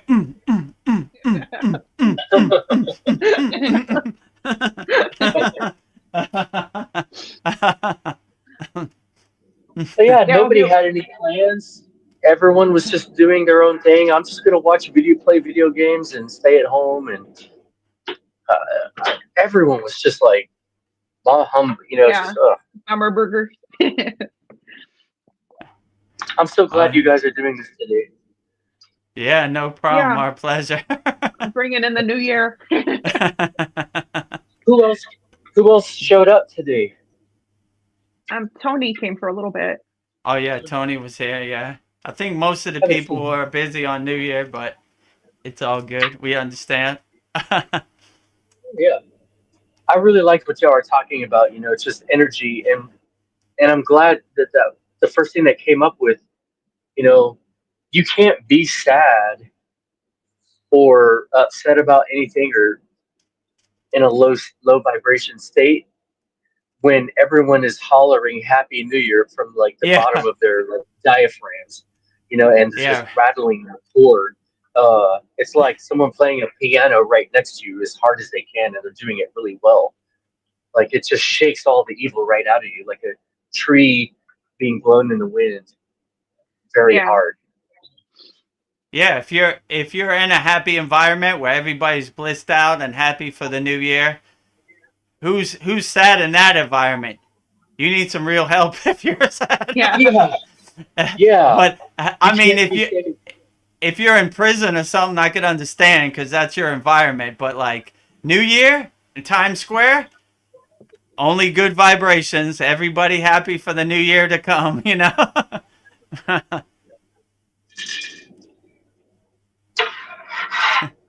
Yeah, at the beginning when I was talking about how I'm stressed out about money, I think I'm just going to be like looking at it as a new adventure, and like I'll just start putting out applications, but yeah, and just be happy about it and just try to stay out of fear. And just yeah, everything's a new adventure, going to be happy like so yeah. Yeah, just are look you at it as looking? a new. Go ahead. Oh, you're doing a new job hunt too?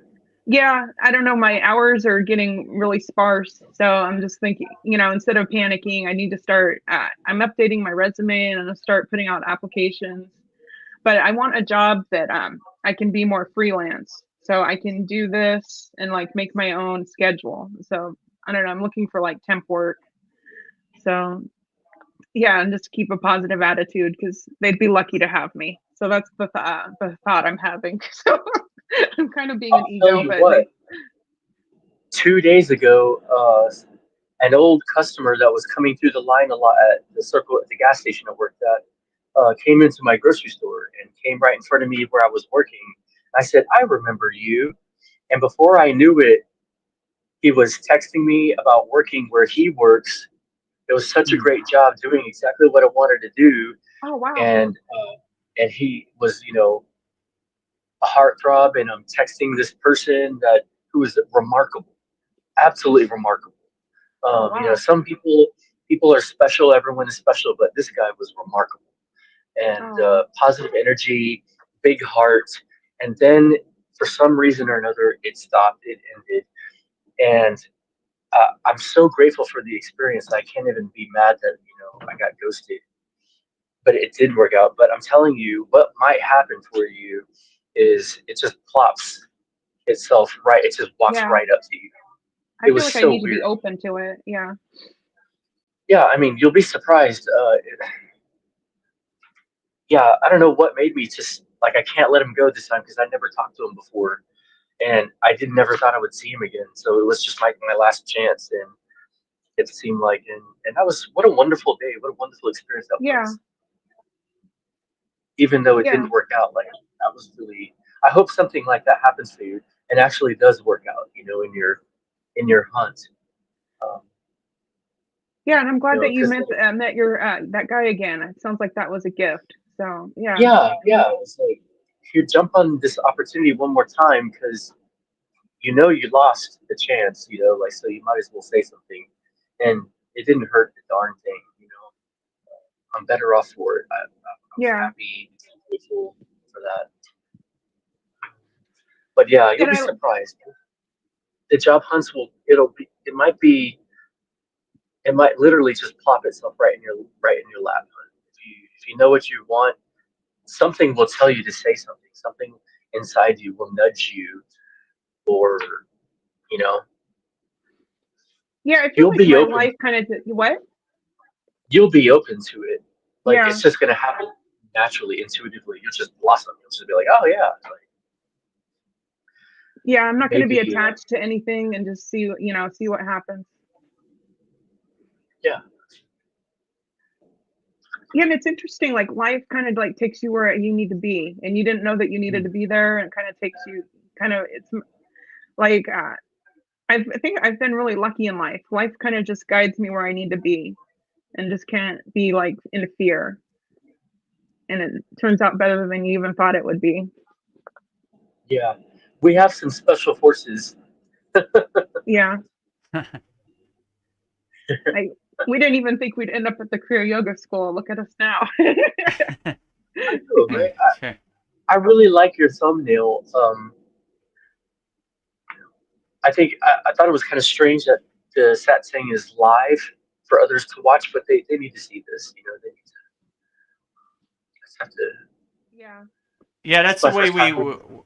we thought about it. Like the satsang would be a good opportunity to help people out there and answer their questions, giving wholeheartedly without any expectations. I mean, some of the stuff we don't show on the satsang, like our mantras and that type of stuff, but pretty much we're open to answer anybody's question and help as many people on the path as we can. So what if what we say on the satsang helps people, then that would be great. Mission accomplished. Because we're out here trying to help people. Yeah, I'm always amazed how many people are watching. Oh, that's good to hear. That's good. Yeah, so I was a lot of people watch it back later.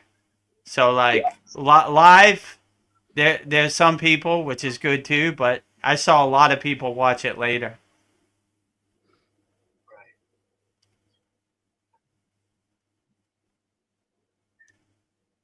Yeah, I saw the last one, like over 60 people watched it, and then the other two YouTube channels, about 30 on each one, so 120. So yeah. Was it the last one that was really full, almost maxed out? It looked like. Was it that one? I think we had like 5 or 6 people. Yeah, it looked really good. I was like, yay! I was happy to see that. So my invitee, maybe I already know the answer. This guy at work, I was really wanting to talk. I kind of mentioned it, and he's like, "Oh, I don't know." He's been changing the subject. I'm like, "Okay, just leave it alone. Don't push it. I don't want to be like that Christian guy trying to drag you to my church." But you know, if he wants it, if it's meant, he'll ask for it. He'll be like, "That thing you were talking about," you know. Yeah. Or if he wants, he can watch a satsang. If it resonates with him, then okay. If it doesn't, it's okay too. No pressure. Yeah. Definitely show him to look at. Yeah, you never know. Yeah, I don't want to ever force anything down anybody's throats. If they're open to it, then it's for them. Yeah. So. Well, I didn't realize it was just going to be you and me, Guru Dev, and I think I've asked all my questions tonight. I'm trying to think of something more. I don't take advantage of this time I have with you. Do we have any questions on YouTube chat or no? No, the last one was Yogi Zen. I don't see. Do you think that anyone would shadow ban us? Anyone with spite? You know, like, do you think that could happen? Oh, somebody posted. Could be, but if they did something like that, I wouldn't take it personally. I'd just be like, yeah, okay. You know, like my my guru used to say, Vedguru Dev, you're wearing all white, so don't try to roll in the mud with the pigs, if you know what I'm saying. So, you know, the internet's a war zone of monkeys throwing poop on each other, if you know what I'm saying. so you can't really get attached to it. Right.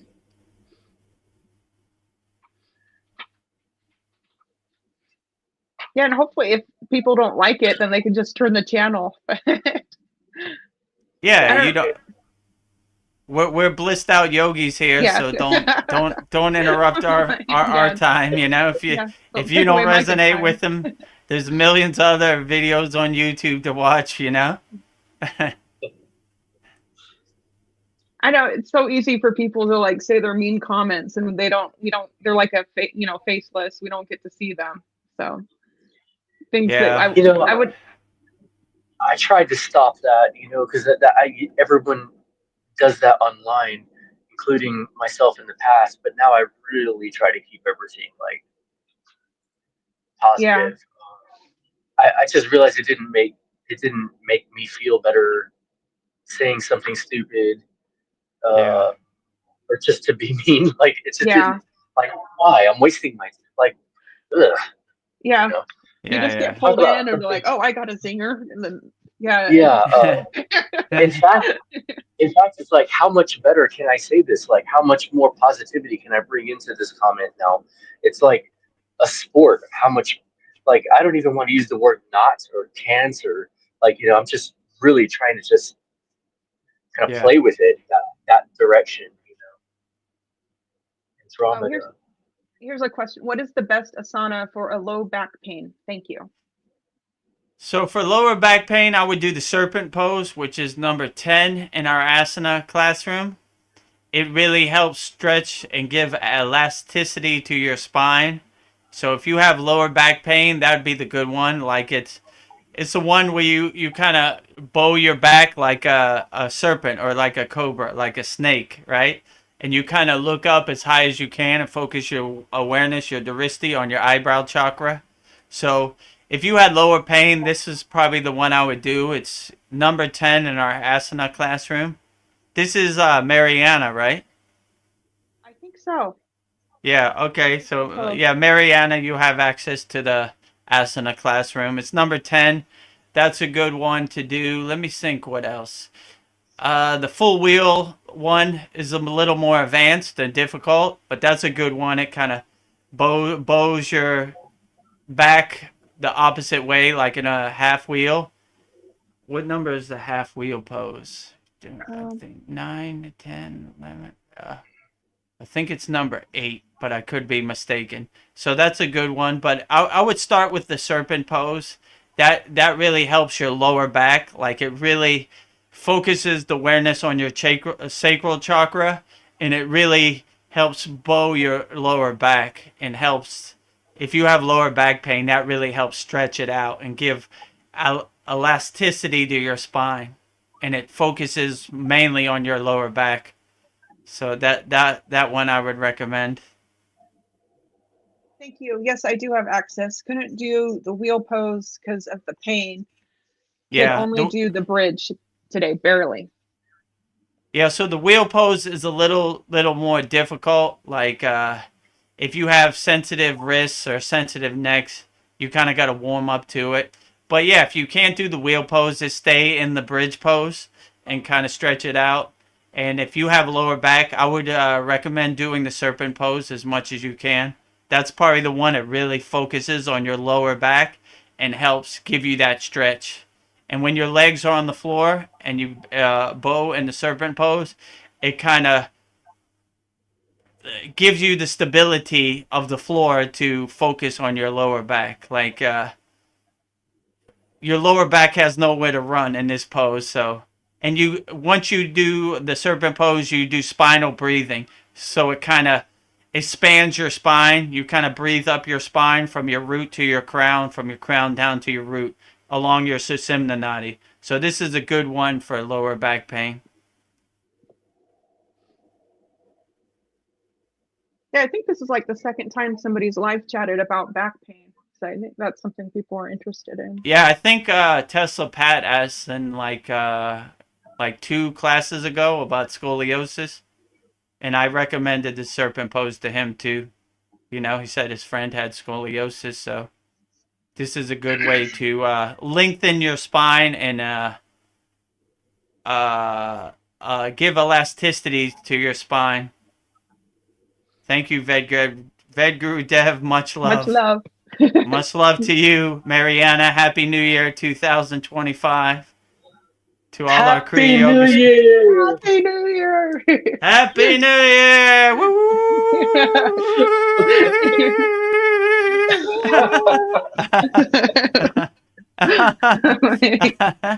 So anytime we have an opportunity to say Happy New Year, we go all out at the Kriya Yoga School. Yeah, and I remember asking you a long time ago about scoliosis, like if somebody would have a hard time with their kundalini, and you said they wouldn't. So the energy could still flow up. Is that correct? That's correct, right? Yeah, you would try. I mean, to really straighten your spine, you would like do in the class. You put like a string on top of your head and pull that string up, so you kind of make sure your spine is straight. If you had scoliosis, I would do as best as you can, because some people have scoliosis depending on the curvature of their spine. It's difficult to sit up straight. So I would do as much as you can. And your Sushumna Nadi is not your real spine. It's like an invisible middle track. So I would just focus it going up your breath or opening up the chakras on your Sushumna Nadi, your middle track. So if all these techniques are possible, like I would just do what works best for you. Like if you're in a state of pain, pain blocks the flow of prana. So whatever you're doing, it's hurting you. I would go back to a comfortable position, right? So if it hurts you to have your spine straight, I would just go to a position where you feel comfortable, right? Because all these asanas, all these practice, you want to be in a state of comfort first. Because if you're in a state of pain, your monkey mind's going to start getting crazy, right? And it's going to kind of defeat the purpose. So you want to be in a calm, relaxed state to anytime you do any of these practices. So I would just go to a comfortable place where you could sit and focus on the practice. Could you lie on your back? And then I was thinking maybe if you lied on your back on the grass, maybe that would be helpful too. Yeah, if you lie on your back in Shavasana, the corpse pose, that's great also. And that the ground or the floor automatically kind of straightens your back. So if you have problems sitting up and like Siddha Asana, Padma Asana, then I would just lie on your back. It's perfectly fine too. Can you open your Kundalini on your back, or do you have to be sitting up as straight as possible? I mean, I would say you could open it up anywhere. Like once you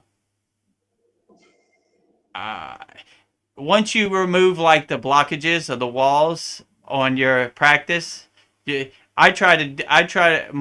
like to say my Kundalini's open no matter what I do throughout the day. So like lying on my back, sitting up, there's no real rules. It's what works best for you. Okay.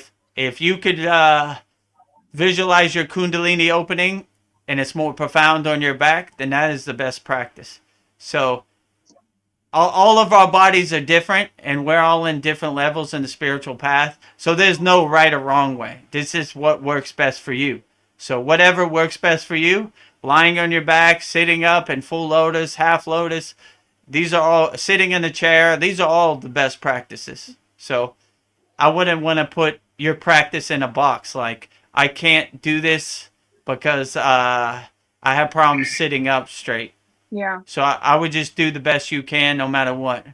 Like I always say, we're Americans, not Americans, right? We'll find a way. and for Mariana in Canada, you're a Canadian, not a Canadian, right? so just do the best you can. Use spinal breathing. Breathe into your spine. You know, this helps alleviate the pain.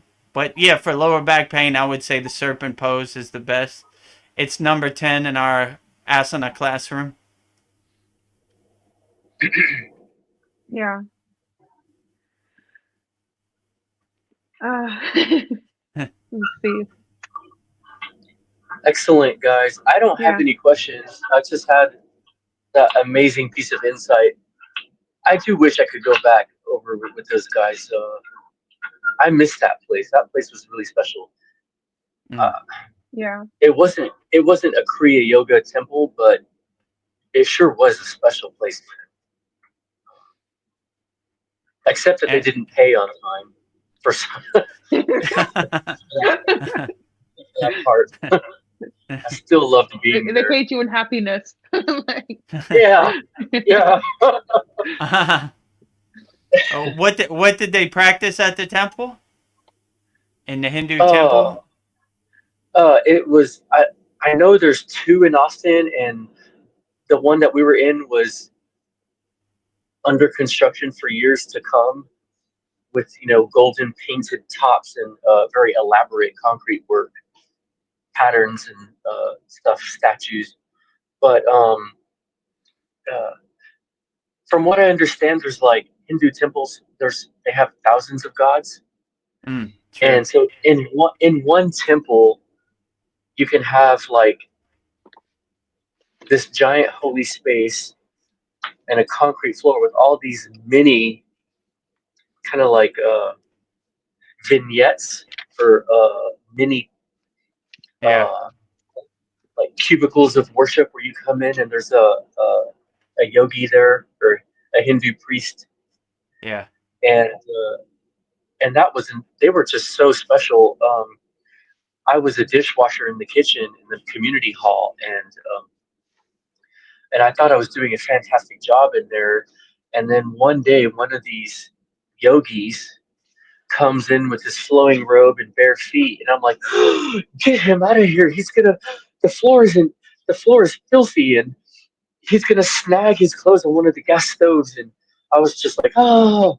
And then I was like, "Oh my god, he could tell the floor's not clean," and because I realized he's an awesome guy, truly special guy, and I was like, and I felt ashamed that my floor was filthy. My floor degree. So after that, I realized they're just randomly coming in like that and hugging everybody, and I'm like, well, I've got to fix this floor. So I did hot bleach water treatments on that non-stick Spanish tile, and it was just fabulous. You could turn on a dime in there, never a slippery spot. And if you were barefoot, you knew that somebody did something to that floor. Like, I mean, it was just, I really gave those guys my all because I could just, they were just so beautiful. Their smile and their energy was unbelievable. And I felt like, I'm just a dishwasher, a lowly dishwasher. I'll just keep my back to y'all. But believe it or not, I did a lot to make sure that those guys could just come in and have a super clean floor. Like, I just had so much respect for them. And it was just something that they had energetically. They never even talked to me or like gave me a bear hug or anything. One of them did put a red dot on my forehead finally when I went in with a friend into the temple. And, I'm calling it that, but you probably know what it is better. So I'm sorry if I'm messing up the yogi language. But what a fantastic experience. That place, man.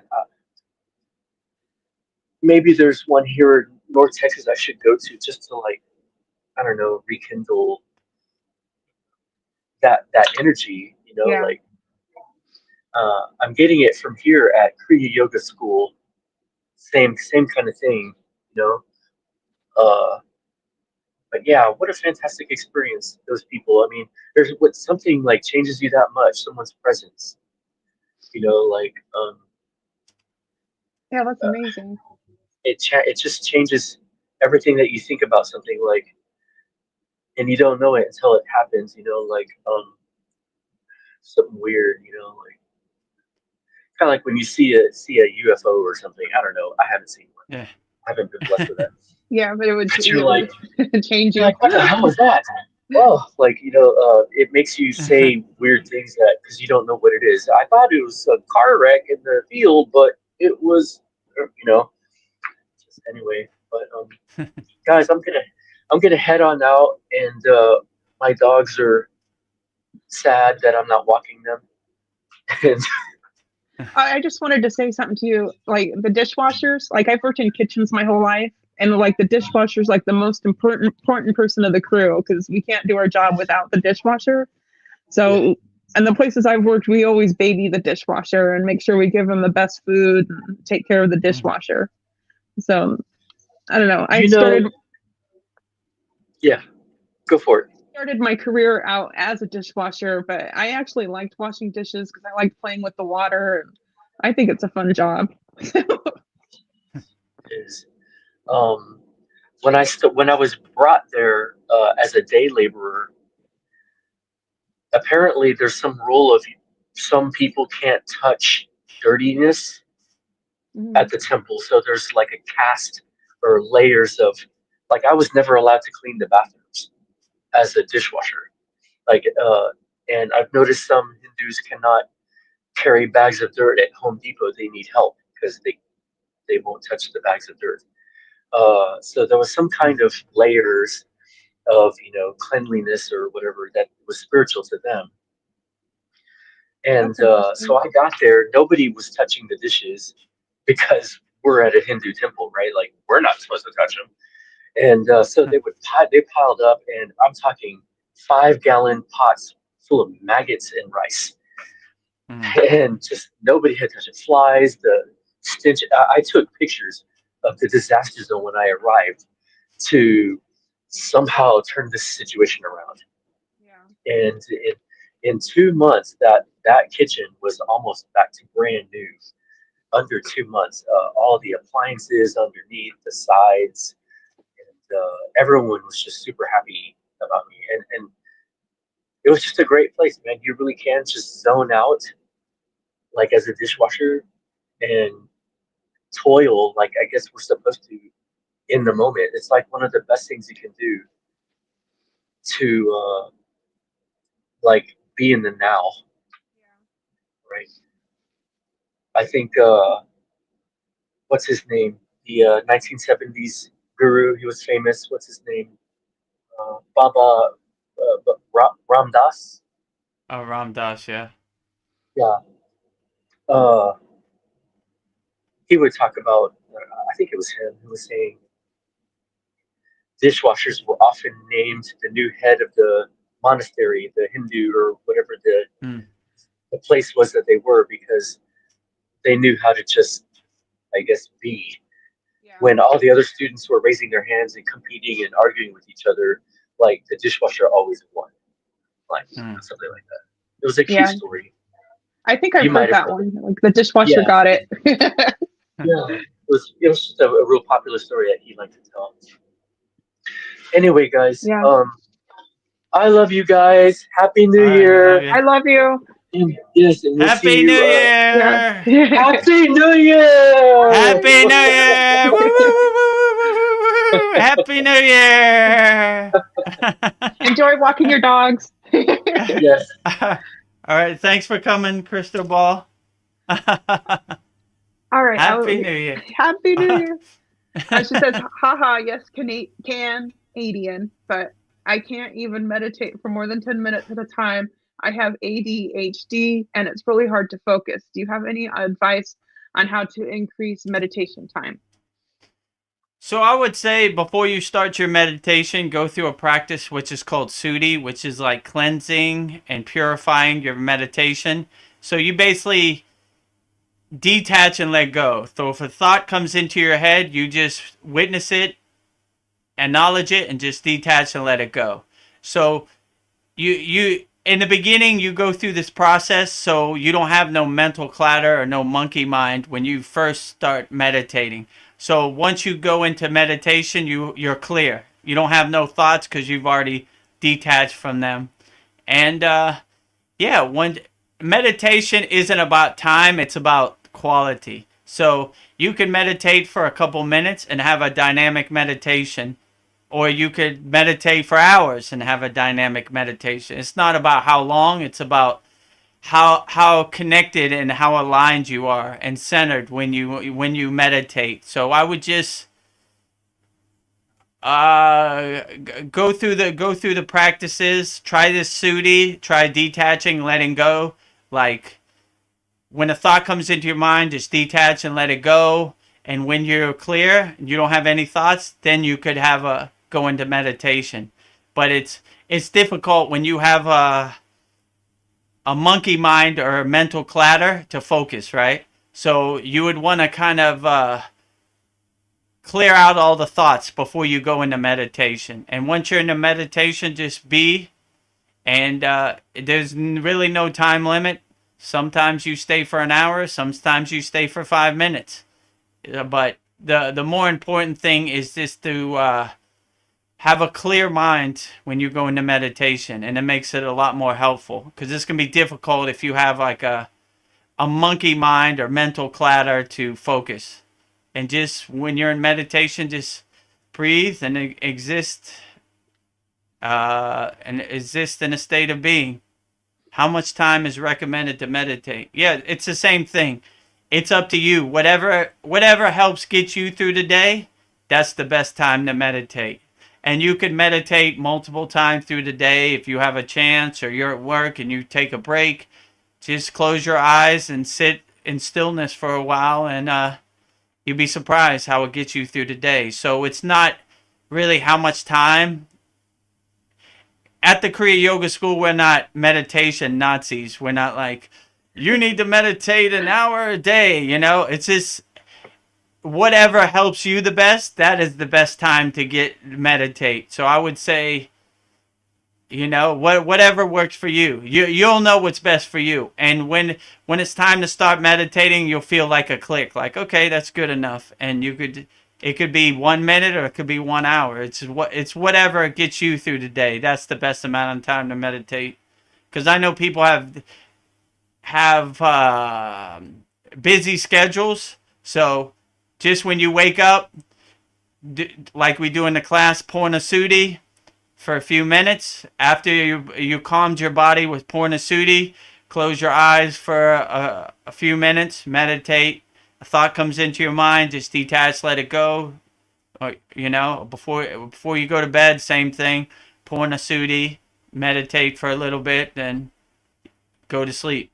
But it's more important to calm your body before you meditate, because it's going to be difficult. So the Purna Sudhi helps calm your mind, and then once you calm your mind, then it'll be a lot easier to go into meditation. And you'll have less thoughts interrupting your meditation. She doesn't have any more questions after that. That's good advice.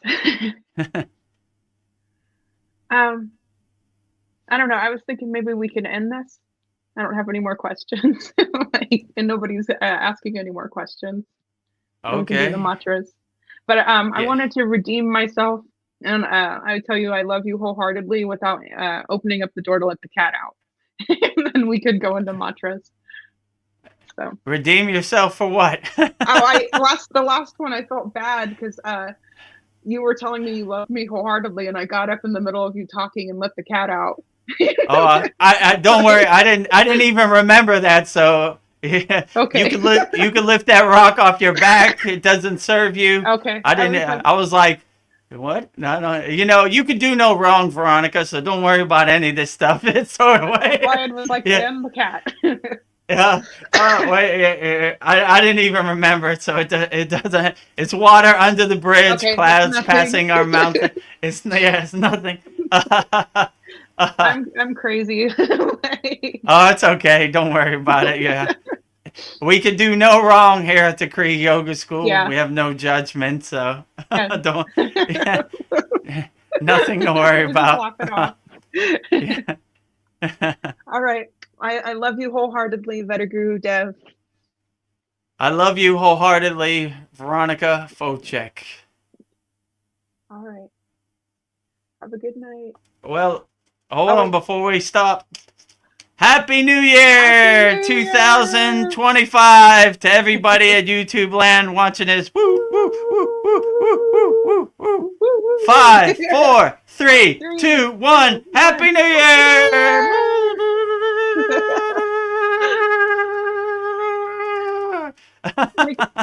Make every day a new year. May every day be New Year. Om Shanti Shanti Shanti.